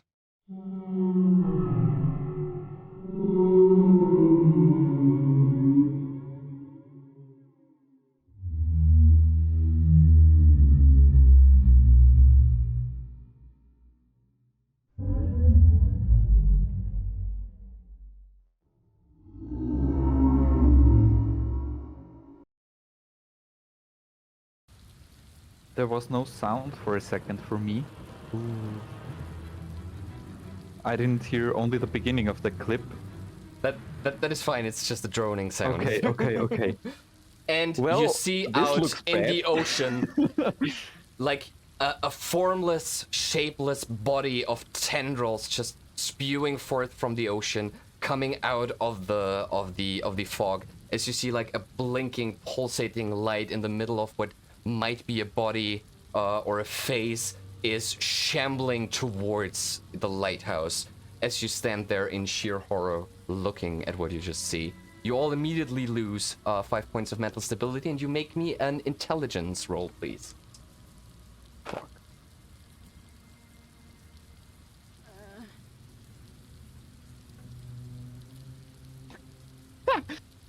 96.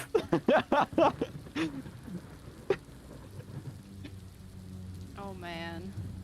I made I start like spilling saliva from one. No, you Mouth. I think if you're You not did a, you making did it, you're an, in the no, best. you're doing an intelligence roll. You already lost mental stability. You now, whether or not you can Yeah. compartmentalize what you did. So you didn't. That's, Yeah, okay. 96, Okay. Which is good. What did you which roll? is very What- good. What I did you rolled roll? a 99. A 99. Theo, what are you doing? What did you roll? Yeah, I'm losing my shit because shit. What did you roll? What did you roll? I rolled 68 and I have 80 intelligence. Oh, okay. So you're looking at this, and suddenly everything seems to make sense. You recognize that what is shambling towards Flatshire coast must be the one that sleeps below, and you cannot quite fathom what this being is and that this even exists. And you lose another 10 points of mental stability. Fuck. Okay. As you are, you're making me a constitution roll whether or not you pass out, and you can see that Merryweather is like pointing a gun, like her gun towards that thing and just shoots out into the darkness. As she is like shaking too much and drops her gun. The other two are standing there in absolute shock, not knowing what to do. And you two look very confused. You try to make sense of this all, but it just doesn't. As Theo lets out a blood-curdling scream. Can I force my constitution? Yes, but then it gets even worse if it fails, just so you know. Do you have enough luck? No, Maybe I it's the don't. point to use luck. I Ah, don't fuck. have enough luck. So I'm going to force it. I'm going. Yeah, I mean, what else? What else? If I pass out, I pass out. Yeah, right. Yeah. I hate Here. myself. No.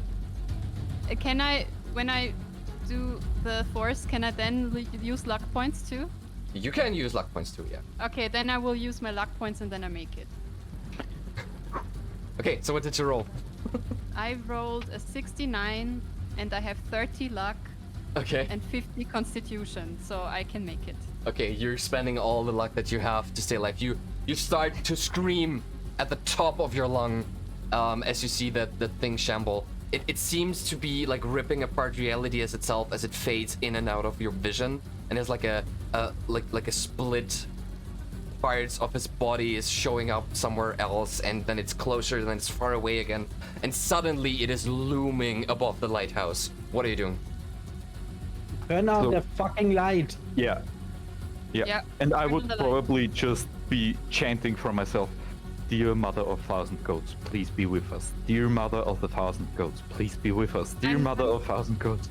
I'm pressing the button so the light goes on, and then I run straight down to the shack, trying to get the spear spear thing. Okay. The spear. So as you jump towards, you press the light, and you blind one of the goons that Merryweather has with her, as he Fuck him. suddenly like gets the full force of a lighthouse on it, while the other one is like standing out on the balcony shooting at that thing, which doesn't even seem to notice that it's here, as some of its tendrils are like covering the railings of the lighthouse and just rip apart the whole railing on which this person stands, and he falls down to his death down to the cliffs. You can hear, even despite the rain, you can hear how his body is smashed to pieces as he flies against the cliffs. I don't like this. You're losing 3 stability as you see that going down. The other one is like blinded and tries to get his bearing, tries to dropped his gun, which is shooting. A shot gets loose, and do me a group luck throw. That is now a good time for that, I think. No. Now that I mean, somebody I- of you has spent a lot of luck points. I'm not. I- I'm He was not there already- anymore. Yeah, oh, you're not he's there already anymore. on the way down. So yeah, then you do elect roll. And I have to be honest, I lost a lot of sanity in the last days, but I don't know. I mean, I lost now I lost 14 sanity. Okay, then you lost a fourth of your sanity as well. That will have consequences, but we're doing that later. 93. Didn't make it. 93. Okay. No, 27 out of 75. 75. Okay, so the shot, the shot gets loose and hits you in the leg. You take. Let me remember what Who's the you? damage was. You is Probably Lucas. Sorry. me. Oh, No, the really? one that got the luck, Why? where the luck hits. Fuck. Sometimes luck is hits, not really? a good thing. Yeah. Fuck. Okay. Okay, you take 6 damage, as the bullet is diving into your leg, and you fall down. How much do you have? Fuck you. Can you stop shooting? The guy still like holding his eyes. He dropped his gun, and the shot just started Yeah, flashing. yeah. And Meriwether's like, she's just standing there. Begin to run. Yeah, just shakes. Yeah, you get hit in the leg. What do you do? I scream, and I try to press through the pain with my adrenaline and begin to run. Give me a Constitution roll.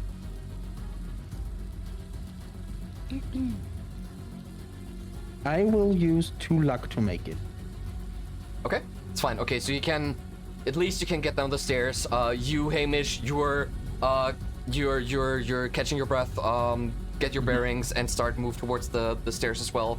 As you see how more of the tendrils are just pressing into the lighthouse, ripping apart the contraption that emits the light, and they are like covering Meriwether and the other guy that is blinded and drag them out into the sea, and they just disappear into the dark. As I'm running down the stairs, I'm continuing to chant. Dear Mother of 1,000 lambs, goats, be with us. Dear Mother of 1,000 goats, be with us, please. You run down. You Theo, you reach the shack. You're there. What do you do? You can see how that creature is looming over the lighthouse and is enveloping it in its body made out of tendrils. Okay, since I had like a little bit of distance to the situation, I suddenly come up with a plan, and I'm screaming for my companions. Lucas, Hamish, Lucas probably doesn't respond right now. and I'm waiting for them, and then I want to run towards the shack where all the booze is, and I take my I take the what was it, the petrol light or something. I want The gaslight, yeah. The gas lamp. The gaslight, yeah. Yeah. All right. Yeah, you're standing there. Wait a couple minutes as you see like the creature ripping apart the top of the lighthouse, and you also see how the lighthouse starts to like disappear brick by brick. Like the tendrils are going in between any holes that it can find, ripping it apart. And you two, Lucas and Hamish, you jump right out of the door as like the backside of the lighthouse is completely collapsing. Okay, let's go. Let's move. Go to the boat. Let's go. Boat? Oh, they had a So, boat. yeah, we can hear you. It's way too, Yeah, they had a boat. too dangerous. It's too we can dangerous. hear you. Oh no. We need to get to the Stonehenge thingy. now we hear you. need to get to the Stonehenge thingy. We need to get to the Stonehenge thingy. And I Yes, run towards the yes. Stonehenge thingy. Back to the cave. Yes. Okay. We're safe there. Let's go, let's move. We're just running and discussing while we run. Okay, so what are you doing, Theo? So you While see, they are like running, they're I'm- discussing this, and then they suddenly just dart off. Yeah. I'm running with them, and I'm Yep. trying to. We have like we can let the thing explode. The shack with the booze.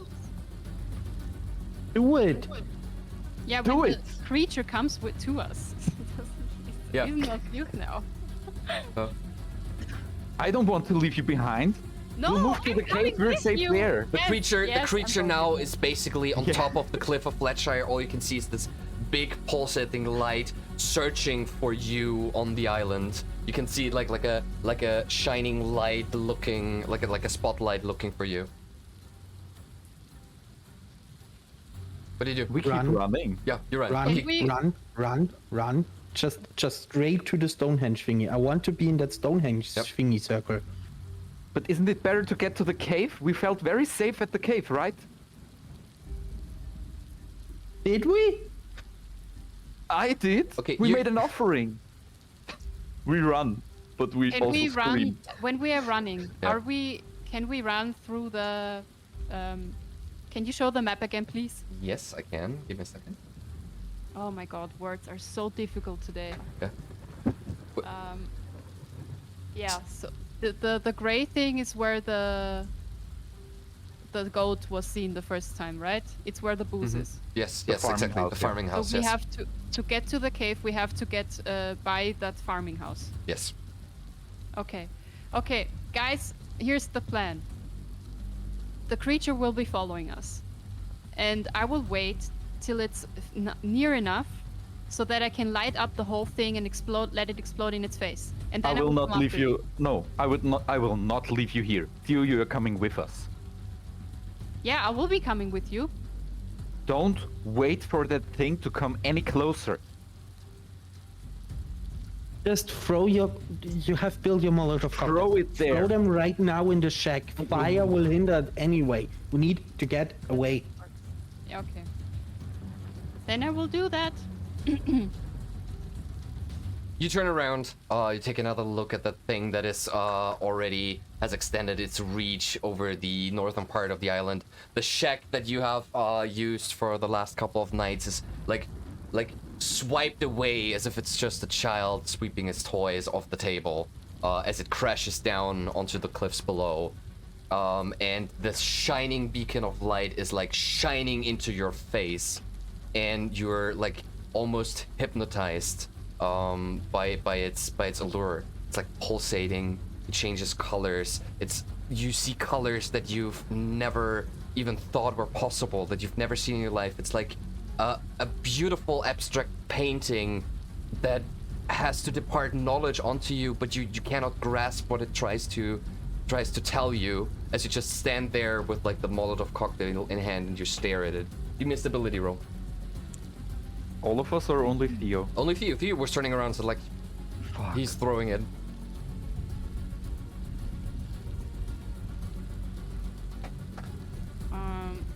Stability? Yes, that's an check. Okay, yeah. I made That's it. a stability. 17 to 70. Yep. You lose another 4 points of sanity as you are like smacking yourself in the face to avert your gaze from this color, and you just like throw the Molotov cocktail vaguely in the direction of that creature as you turn around, and all you want is to get as far away from that thing as possible. You now have a psychosis. You want to get away from that, whatever it takes. Yeah? That is your number one priority. It doesn't matter what it takes. You want to get away from that thing. Okay. Good. Yeah, Okay, you- let's move through the circle. If it feels any safer, we'll stay there. If it doesn't, we'll move to the cave, right? So, yeah. Or run. Okay. You will just run without Theo, are talking you to there? anyone. Okay, yeah. And I'll just turn dash around so I can see if Theo is here. Yeah, you see Theo standing there for a second and then like throwing the Molotov cocktail before running, like zooming past you in like an almost inhuman speed. Okay, let's do it. All right. So you're now right where the dock would be. You can see that on the dock there is a small motorized boat sitting there bobbing in the waves. And yeah, you can see the farming shack. What do you want to do? Run. Yes, Run. yes. We run past it to the south. Okay. You are all Are running. we? Yes, we are. Yep. I just want to give you time to explain what you're doing. No. That was like, no, Theo is running away from it, so... Yeah. Okay. I don't think Theo would stop right now. So he like Yeah. as you were like pondering, you look at the boat. Theo's already gone. We go. Oh. We're not pondering. Our goal is to get to the Stonehenge Yep. thingy, and if Hey. it doesn't feel any safer, we'll go further south. So Theo, where are you running towards? What is your plan right now? Since that might I'm differ running from... to the cave. You're running to the cave. Okay, good. So, you run upwards to the druidic zones, to the henges, while the mass of dark tendrils are enveloping more and more of the island. You run up there. You can already see the farmhouse, the boat, everything just disappear. As you, Theo, reach the top of the southern hill where the henges are, you see a black goat just casually staying there, rubbing his shoulders against the stones, nibbling on some grass, and as it sees you, it shakes itself and starts hopping towards the southern part of the island. What do you do? I'm continuing to run to the cave. Fuck. Should we kill it?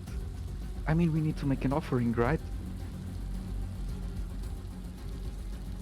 No.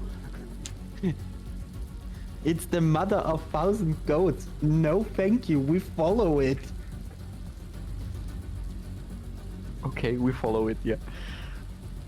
I'll keep chanting. And Okay. not like to me, I will scream. From now on, I'll scream. Yep.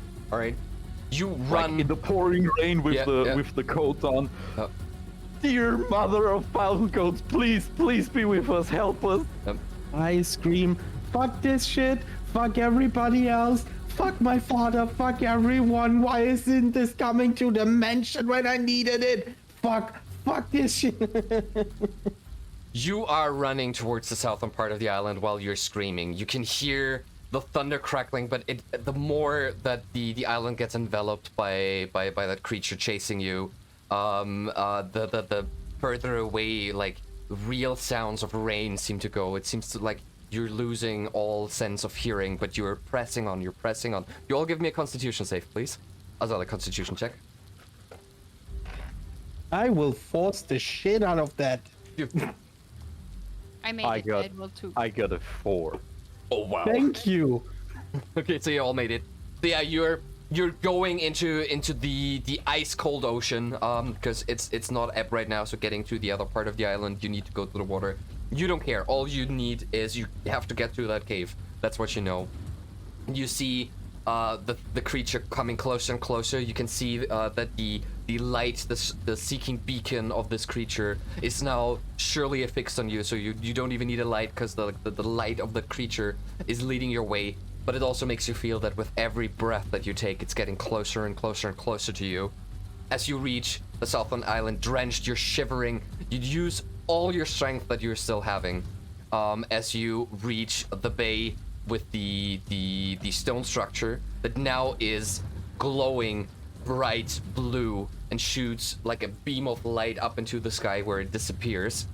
And you turn around as you feel like this creature getting closer and closer to you.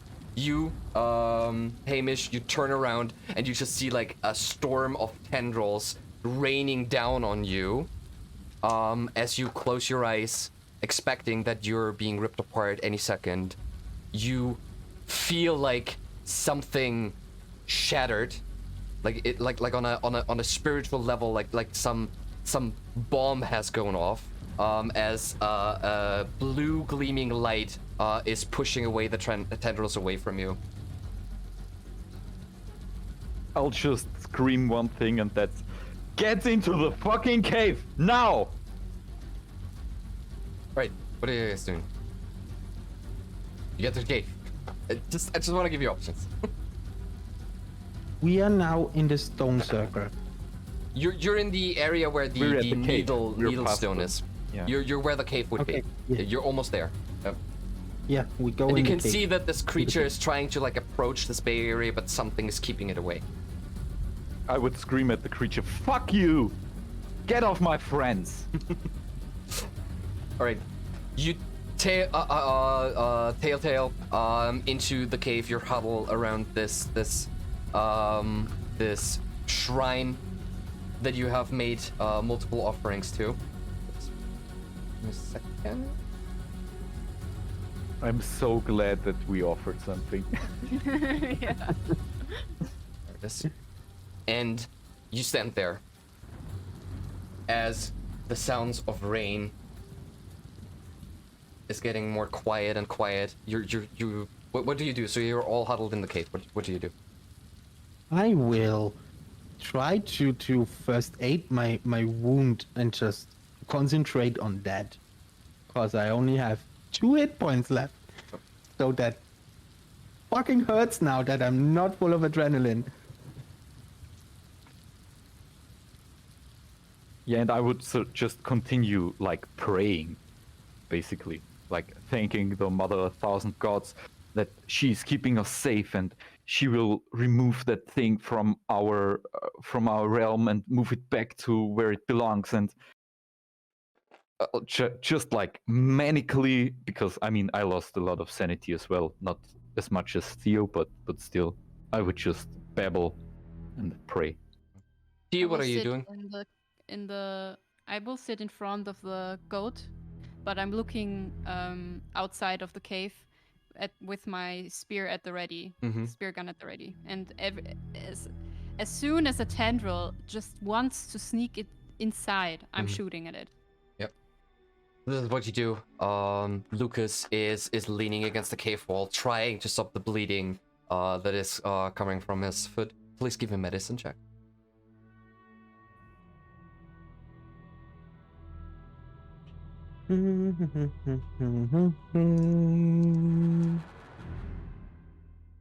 That is a 24 out of 40.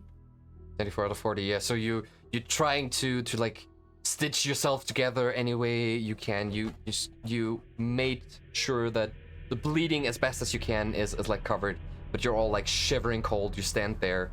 Theo, the only thing that you have on your mind is to not fall asleep. You point the spear gun at the entrance as the hours pass by. Hamish huddled next to the altar, praying to this Mother of 1,000 Goats, as at some point all you hear is like the droning sound of this creature that has devoured the whole island of Flatshire. You can hear it coming closer and closer, and you hope by everything that you can give and have that it is not finding a way inside. As your exhaustion takes you over and you fall into a comatose sleep. You, Hamish, you stand there next to the altar, you pray, until like the darkness of sleep envelops you. And you hear a whispering voice. You don't hear it audibly, you hear it somewhere deep inside you, in a place that you didn't know existed. And it whispers to you, "My dear children, I will make good use of you." As you see a sea of thousands, of millions, of endless eyes that are glowing in this darkness around you open up, stare at you into every fiber of your soul and being. It is like a starry sky that you just can't comprehend its vastness of before you fall into utter darkness. You, Theo, you stand there at the guard, ready to shoot at anything that might come, that might reach his body inside this cave. You want to make this a safe place. You want to survive. And suddenly a shadow bursts in as you pull the trigger, and you see how the spear flies through the air and impales. Did you have a sister or a brother? Sister, right? As it impales Sister, yeah. your sister, you see how she's looking down in what is a mix of shock and disappointment as she looks down at her chest where the spear is sticking out of. As you try to scream, but it doesn't matter how loud you scream, it doesn't seem to reach her. It doesn't seem that anything can come out of your mouth. Then you realize that you don't even have a mouth anymore. As you're trying to wrestle with your own sanity, you also hear a voice that says, "My dear children, I will make good use of you." And then darkness befalls you. Lucas, you're standing there, laying there, leaned against the cave wall, breathing heavily, trying to blot out the pain that goes through your leg. You're cursing everything that ever could be cursed, but you have the feeling that it might not be to any avail. As you see that Theo and Hamish are like slumping down and losing consciousness, and then start to like writher, not like in pain, but like they have a really, really bad nightmare. You can hear them try to scream. They open their mouths while they sleep, but nothing comes out of it. And as the pain and the exhaustion is too much for you, you also start to fade away consciously and fall asleep.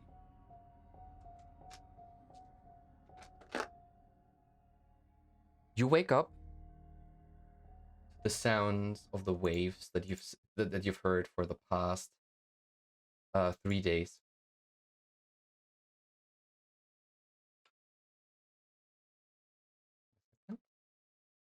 Getting everything ready. Oh, sorry.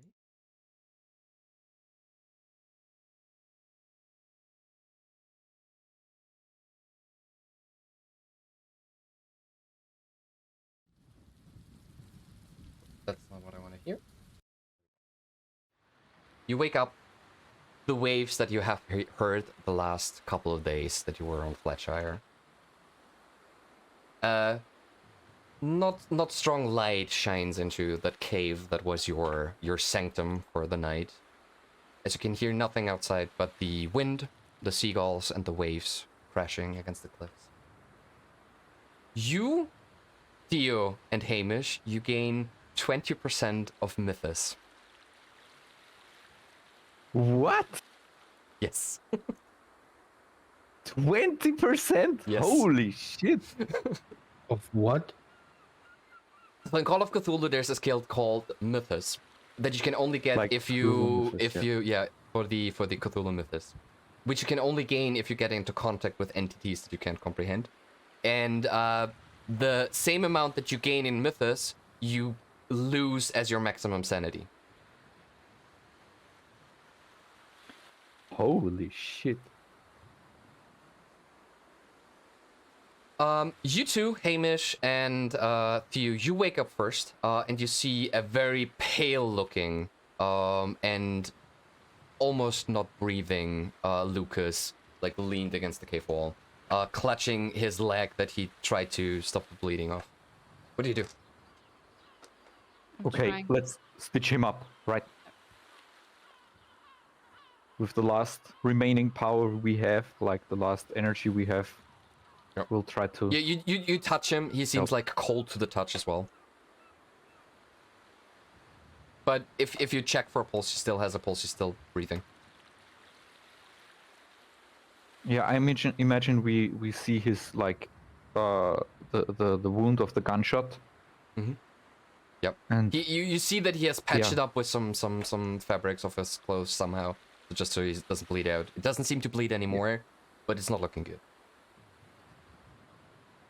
I'm trying to help him, like doing fuck. First aid is like not possible anymore, right? Because it's more than 1 hour. Fuck. Theo, let's what the fuck happened?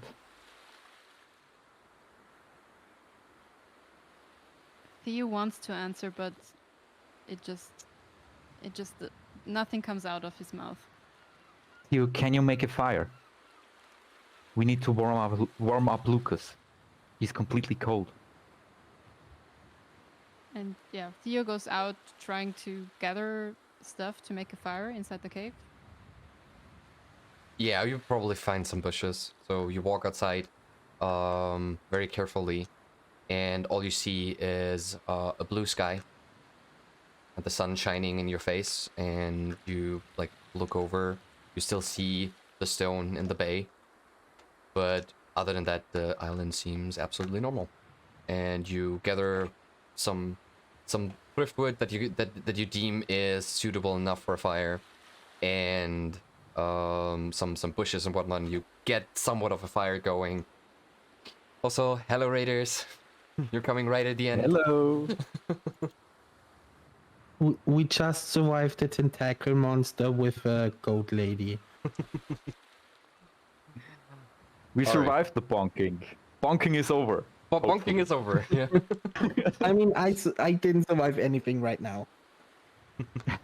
Give me. Do you have like survival or anything? Well, you do have the matches with you, and you still had like the rest of the Molotov cocktails with you. So I just assumed that you get a fire going, and after a couple of minutes, Lucas starts to breathe a bit deeper, and starts to wake up.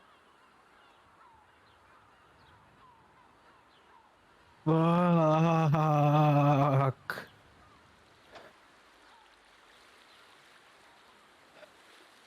Are you okay, Lucas? What? I mean,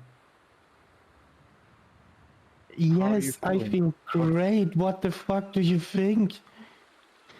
okay, Theo, get some booze. He needs some booze. And Theo goes out of the cave and gets some booze. Can we get the fuck out of here now? Yeah, but can you walk?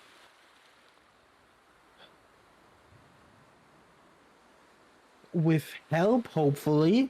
Yes, sure, we'll help you, but first we'll get you some booze, and then we'll get the fuck off this island and get our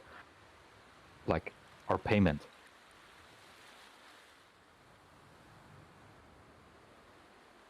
While I'm running for the booze, I still have Merryweather's watch. How late is it? You still have the watch. You didn't leave. You gave the back to Merryweather, and then Nope. you didn't. Okay. I said I will give it back to her After the job, true. Mhm. That's true. That's true. The clock says 14:30, so it's afternoon already. Do we know? Did they tell us when they will pick us They up? pick you up at afternoon. Okay. So a few hours time. Okay. How does the island look like? So as you walk up onto the hill of the southern island, you can see all of Flatshire in front of you. What you assume you would see is like a completely decrepit and destroyed lighthouse, a missing shack that you lived in, and a devoured farmhouse, but you look over Flatshire and it looks exactly like it looked like when you came to the island. The lighthouse is still standing there. The shack that you used to sleep in is right next to it. The farmhouse still there, as well as the henchstones. The only difference is that there is now a boat, two boats actually, that are on dock of Flatshire Coast's dock.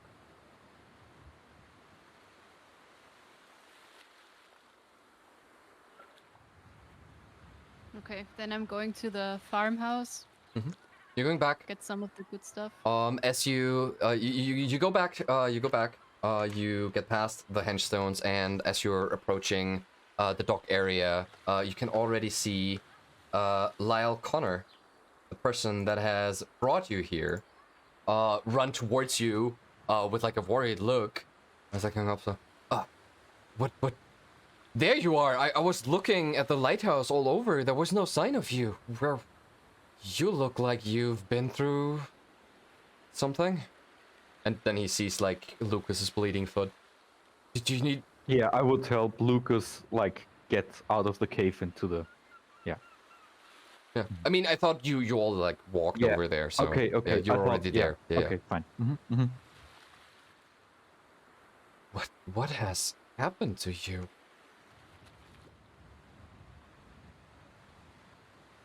Aaron was right. Fuck Merryweather. She had this whole operation of whatever this was and shot me, and she fell off the light tower. Well, And let's I say don't she want to fell talk off this about it bridge. more anymore here. I just want to get the fuck home. She was attacking us. She was threatening us because we found that she smuggled shit through Flatshire. Okay, that sure you're okay? That sounds a bit hard to believe, but should we get you to a doctor? Yes. Yes. All right. And you board the Octavia, the ship that brought you here. You head off not towards Flatshire, as Flatshire doesn't have a doctor other than the asylum. So he's heading for another harbor. You reach the shore. You get some professional help, so people are stitching you together. And Lyle actually hands you like the papers with the rest of your payments that you were supposed to receive. So you all get the full £3 that you are still owed. As you are making your way back to your former lives. But some things just seems a bit different now. You go back to your homes. You go back to the life that you lived before. But for some reason, you never shake the feeling that something is watching you. And this is where we end our session. This was the Lighthouse of Flatshire. You all done it. We Good survived. job, everyone. I can't believe it. You survived. Oh my god. And we may or may not, there might be a time where we do a sequel to this, if I ever get the idea. But yes, you made it. This was the Lighthouse of Flatshire. And I can see you're all like empty, and that is, I think I did my job good.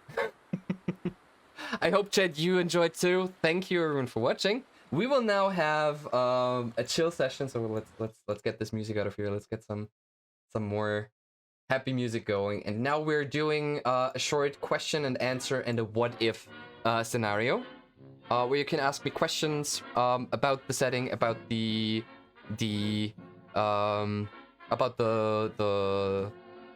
whole session, what could have been and what could not have been. Yeah, also Yeah, we welcome. played. That now, right? So yeah, you do actually after a while, if you're looking for like northern newspapers for Scotland, you do read about that the police has like uncovered a huge drug and alcohol smuggler ring in the area of Flatshire. It doesn't actually name Flatshire because it's too unknown, but you read it and you're pretty sure. And you also read that there are many missing people in this setting, so in this area. So you assume that Merryweather never showed up, unless you want to check yourself. My heart was pumping so hard when that thing went out of the ocean.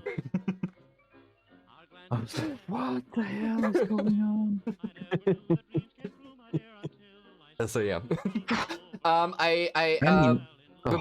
before we jump into what ifs or what could have happened at certain points in the story, this whole session is based on a true story, which sounds maybe a little bit weird, but No, it isn't. this whole session is based on the still unsolved, not necessarily crime, not necessarily mystery, of the Flannan Islands, which is an actual island on the coast of northern Scotland where there is a lighthouse, and there's actually 4 lighthouse guards that have disappeared and nobody knows what happened.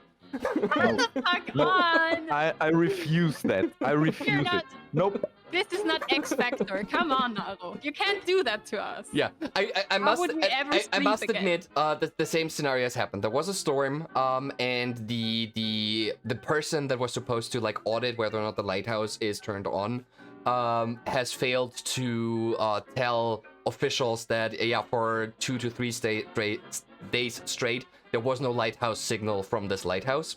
But he was like, I guess it was too windy, so that's why it didn't work. And then they checked out what happened on this island. They found the island in complete disarray, the dock was destroyed, and the 4 lighthouse guards were nowhere to be found. But the most likely cause was that due to the storm, that something happened that dragged them out into sea, and that's how they died. But of course, since it's a true crime and it's unsolved, there's lots of mysteries of what could have happened there. And this whole session is based on that story. With a lot of liberties, I must admit. Whoa. Big yikers. I don't want that. Yep. Who's the mother of 1,000 goats? Is she a real entity in the mythos? Yes, of she is a real Cthulhu? entity. She is Shub-Niggurath. Fuck. She is the mother of 1,000 goats. She's like a twisted version of a fertility goddess. And unbeknownst to even Aaron Miller himself, the rituals that he did there on the island and the altar that he has put up there called for Shub-Niggurath, because this like needle stone rock thing is like a beacon to another world. And she just found it curious that there's somebody that is like offering her something. And that's the reason why Aaron Millis is the only one that survived this incident. Wow. So we also only survived because we offered her something. There were a couple of methods that you could survive the session. One would be that you're going to the handstones and just repeat the prayer over and over again, and you would have lost like all your sanity. You would have lost your shit. It would have devoured you, but you would have survived and would still be there. But that would be like you're done. You're in an asylum for the rest of your life. Then there's the part where if you go to the cave and you give an offering there, then Shub-Niggurath would protect you from the one that sleeps below. And you would lose like mental stability, and you're also now children of Shub-Niggurath, which might come in one way or another if we ever do a sequel. That's Wait, good. am I also one? You're not one because you didn't lose enough mental stability by that point. But why did I lose enough mental stability? I did not lose You so much. You looked directly into the one that sleeps below. And you looked into the you had this moment where you were like looking at this needle construct, Okay. and it was staring back at you, so it already nestled in you.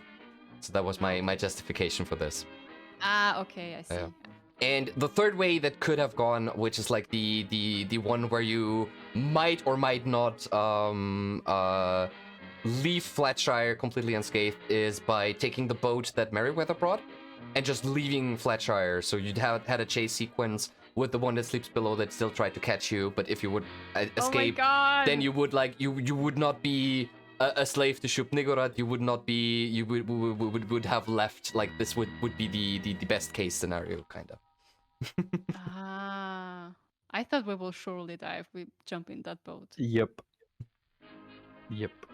It could have happened. So if nobody would know how to steer a boat correctly, and you would have failed some of the rolls, then it would likely I that think the no boat was one of sinking. us would have Nope. known. No one Oh, knows. okay. The thing is, That's good. I wrote the story not knowing which characters you bring. Yeah. So Yeah. Sure. True. Wow. all right. So are there any questions from chat? Are there any questions from your side? So if we do a sequel, I want to state if Theo would be fine with it, Lucas would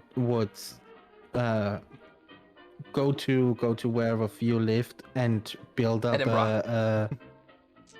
Huh? Edinburgh. Glasgow. Yeah. Oh, Glasgow. Sorry, Glasgow. Yeah. and use his skills he learned to build up a mechanical shop.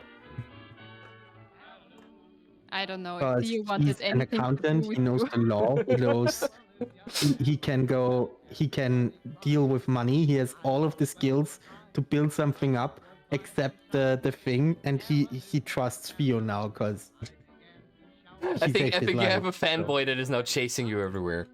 So yeah, Gamer Bear, we played a Call of Cthulhu session. Was the longest tabletop RPG stream that we ever did. We started yesterday, so there's a VOD of the beginning part of this adventure, and this is now like the second part, the last part of the adventure. All right. Yeah. So thing is, you didn't miss all that much. You were very diligent in doing things, but that's why I didn't know when part 2, or if we even have a part 2, because you could have rushed through like whole of Flatshire, still like I don't give a fuck about anything that's going on there. I'll get my food and then I'll wait at the boat until we leave, and then, well, then it would have That's been boring. Professor. We But would have missed the whole dumpling scene. yeah, we Yeah, would have that's- missed the whole dumpling scene. A pity. So yeah, the thing is, the whole story was that the 3 Lighthouse Guards, except for Aaron Miller's, because he's like born in Flatshire and the goody goody two shoes, were working for Lucy Merriweather, who's like smuggling drugs in and out of Scotland via Flatshire coast. What she didn't know that these instructions were that rigid either. All the others didn't know that either. They just thought, yeah, they'd do it so nobody gets suspicious and no police would show up or no officials show up to check in on what they're doing. And Robertson and Finlay, the 2 that were working for Merriweather, they wanted out. They were already like stealing drugs and alcohol from Merriweather to sell it on their own to get enough money to get the fuck out of there. And Merriweather didn't like that, so she basically did the same thing that she did to you. So she came to Flatshire Coast, intimidated them, and made sure and broke the first lens that was broken on the ground floor. And the 3 thought so. then panically tried to like repair the second lens, but weren't fast enough to do so, and that's why the one that slept below came that night and devoured 2 of them, and Aaron Miller's just was there because the Shubnigorod was protecting him. And that's why she was suspicious. Then 3 complete strangers from out of town come to become the new Lighthouse Guards after all that has happened, and she tried to lay low so so nobody finds out about this. And you just waltzing in there asking all the wrong questions, and then stealing from her, and then trying to break into her home. I have a question though. Was Yeah. she there when the whole thing with Robertson stuff No. happened? No, she just broke the lens to intimidate them. Told them that if they're not doing what she's saying, then she will make sure that they disappear and some more loyal people would take their place. And then left the island, and they just frantically tried to repair everything right in the nick of time, but they couldn't do it. So we can say that Finlay and Robertson, they're dead. They're very much dead. Okay. Maybe not. Maybe they're somewhere else where you don't want to be. But they, for all intents and purposes, for you, they're dead. Okay. So yes, there was one with us on the island. Yes, there was one of there was the whole time. There was somebody that was tasked by Merriweather to keep tabs on you. Because first she thought you were from the police and trying to figure out how she smuggles things and like take her out. But after you stole from her and did things that no police officer would do, she thought you were a rival gang that tried to sabotage her and take over her business. Yeah. I mean, we looked like a gang, yeah. Yes, you did. He was thinking about that actually. Yeah, the thing is, we didn't get to that conversation because we like could have talked a bit more about with her about this. Because the thing is, she thought that Aaron Miller's isn't actually insane. That Aaron Miller's is actually in the one place that she can't get to, because the asylum is not part of Flatshire, and she doesn't have any connections in there. So she thought he was in there to be safe from her, and the other 2 just faked their deaths and disappeared. That's what she thought. And then other people showed up. So she thought that the 2 that disappeared were either going to the police to red on her, or then later she thought they were going to a rival gang, and you 3 were coming to like exact revenge or take over and whatnot. That was the plot with Merriweather. I see. So just because it looks like a skull in the background, what's the white thing behind you? That is a cast of my head. You should know that because that was in LARPs. That's the head of moi. Oh, okay. And I thought it was just creepy being there, so every time I Yes. lean over there, you'd see it. First time I see that, and I was like, "The fuck." I loved the whole story, and I really enjoyed also that we took our time. We didn't rush through anything, Yes. and Call of Cthulhu is a slow burn, All but of it is these- worth it. yeah, and Yeah. all of the characters are like so. Our group is so weird.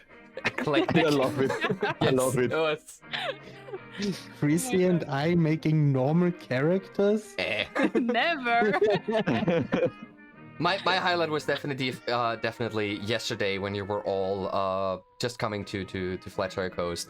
We're all in the shack, and then like you all three just started to have a heart to heart in character.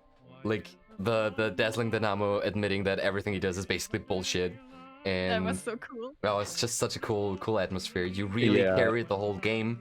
I thank you that you like the story that I put out there. But it would not have been as entertaining and as great without you three here. And I hope we can play either Call of Cthulhu again. Maybe we do a sequel to this. But whenever I have inspiration for another session, I know now who to turn to and ask for the next time. Yes, please. For sure. Anytime. I love to get creeped out by you. in a good way. In a good way. And I could use the knocking against you. Yeah. You've done revenge, and I completely understand, because when we first played, we also played over Discord in our private Call of Cthulhu session, and we played the haunting, and I did the streamer knocking on door sound thing, and I remember that one of the players was completely freaking out. She was gasping. Yeah. Oh no! I was so sorry, because I didn't think it would be this. Like, it hit like a truck. So this I wasn't but- screaming, but like Corey was also screaming out, and she was like losing it. It was like it was like a super intense. We were like in an abandoned house, and we know that there's something wrong, and then suddenly this knocking sound came in. Like Oh perfect. my god. Yeah. Gamer Bear, I love was to so get creeped sorry. out. I love to get creeped out by you. Best compliment for a GM, definitely when you're running horror. It is, yeah. So. It is. But that knocking, did any of you hear it? Firunkis or Solya? Because I heard it during the game, I think 2 or 3 times.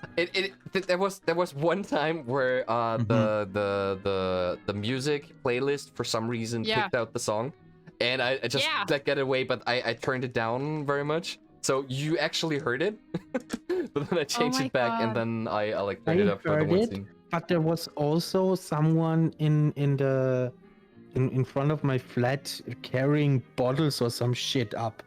And I looked 3 or 4 times because somebody was up there, and I was just thinking it was outside.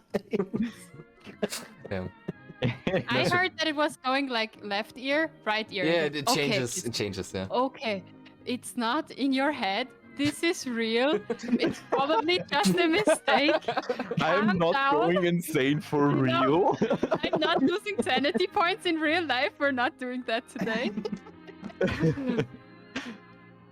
All right. I mean, what I also enjoyed was that we had like these moments of like fun and like calm stuff, and that's I mean that's one of the most important things in horror, right? Yeah. To have these like down Up and downs. moments Yep.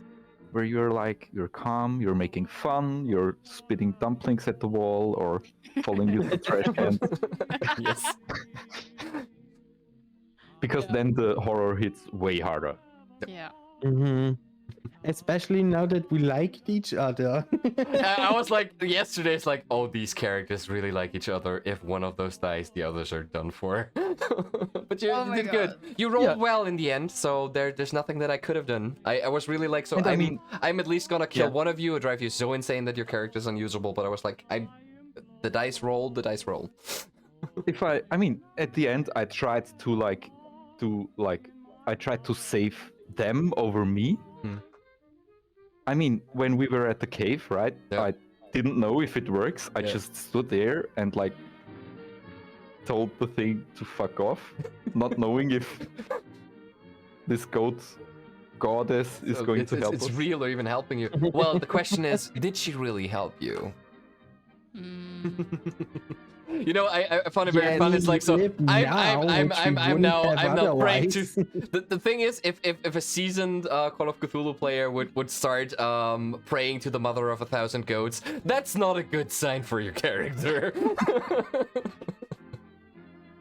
Yeah. All right then. It's getting late. Thank you very much for this wonderful weekend with horror, spooks, and lots of atmosphere. Thank you, chat, for being here. We gotta check out who we gotta rate to now. Do we have anybody? The second? GM of the Austrian Entertainment is online from my group, but you can search for somebody else if you is he want. doing RPG stuff? Nope, he's playing Outer Wilds. Let's see what the tabletop RPG tabletop one speed. Let's see what other streams are going on. If I know anybody of the people here. Oh, Arkenspalter would be online right now. Is there something English speaking? Don't see one. Let's go to Arkenspalter. It's a big online platform for tabletop RPGs in Germany. They're also doing like fantasy conventions and whatnot, and they do a lot of actual plays and news about tabletop RPGs and tabletop games themselves. So if you don't have your fix of what are they playing right now, Shadowrun, we're going to a bit of cyberpunk action. Never played myself, but yeah. With that said, thank you everyone for being here, for watching our 3 investigators survive the horrors of Flatshire. And of course, thank you very much to Solja, Chrissy, and Firunkis for going on this adventure together with me, getting spooked and interacting with my world. And third, last but not the least, and the most important is, thanks for being you, everyone. See you on Tuesday to our normal streams, and whenever I have a idea for another session, we see each other again in this constellation, I'd say. With that, have a great Sunday evening, and have fun at Orkenspalter TV with Shadowrun. Goodbye! Bye. Bye. Bye. Don't let the great old ones bite you.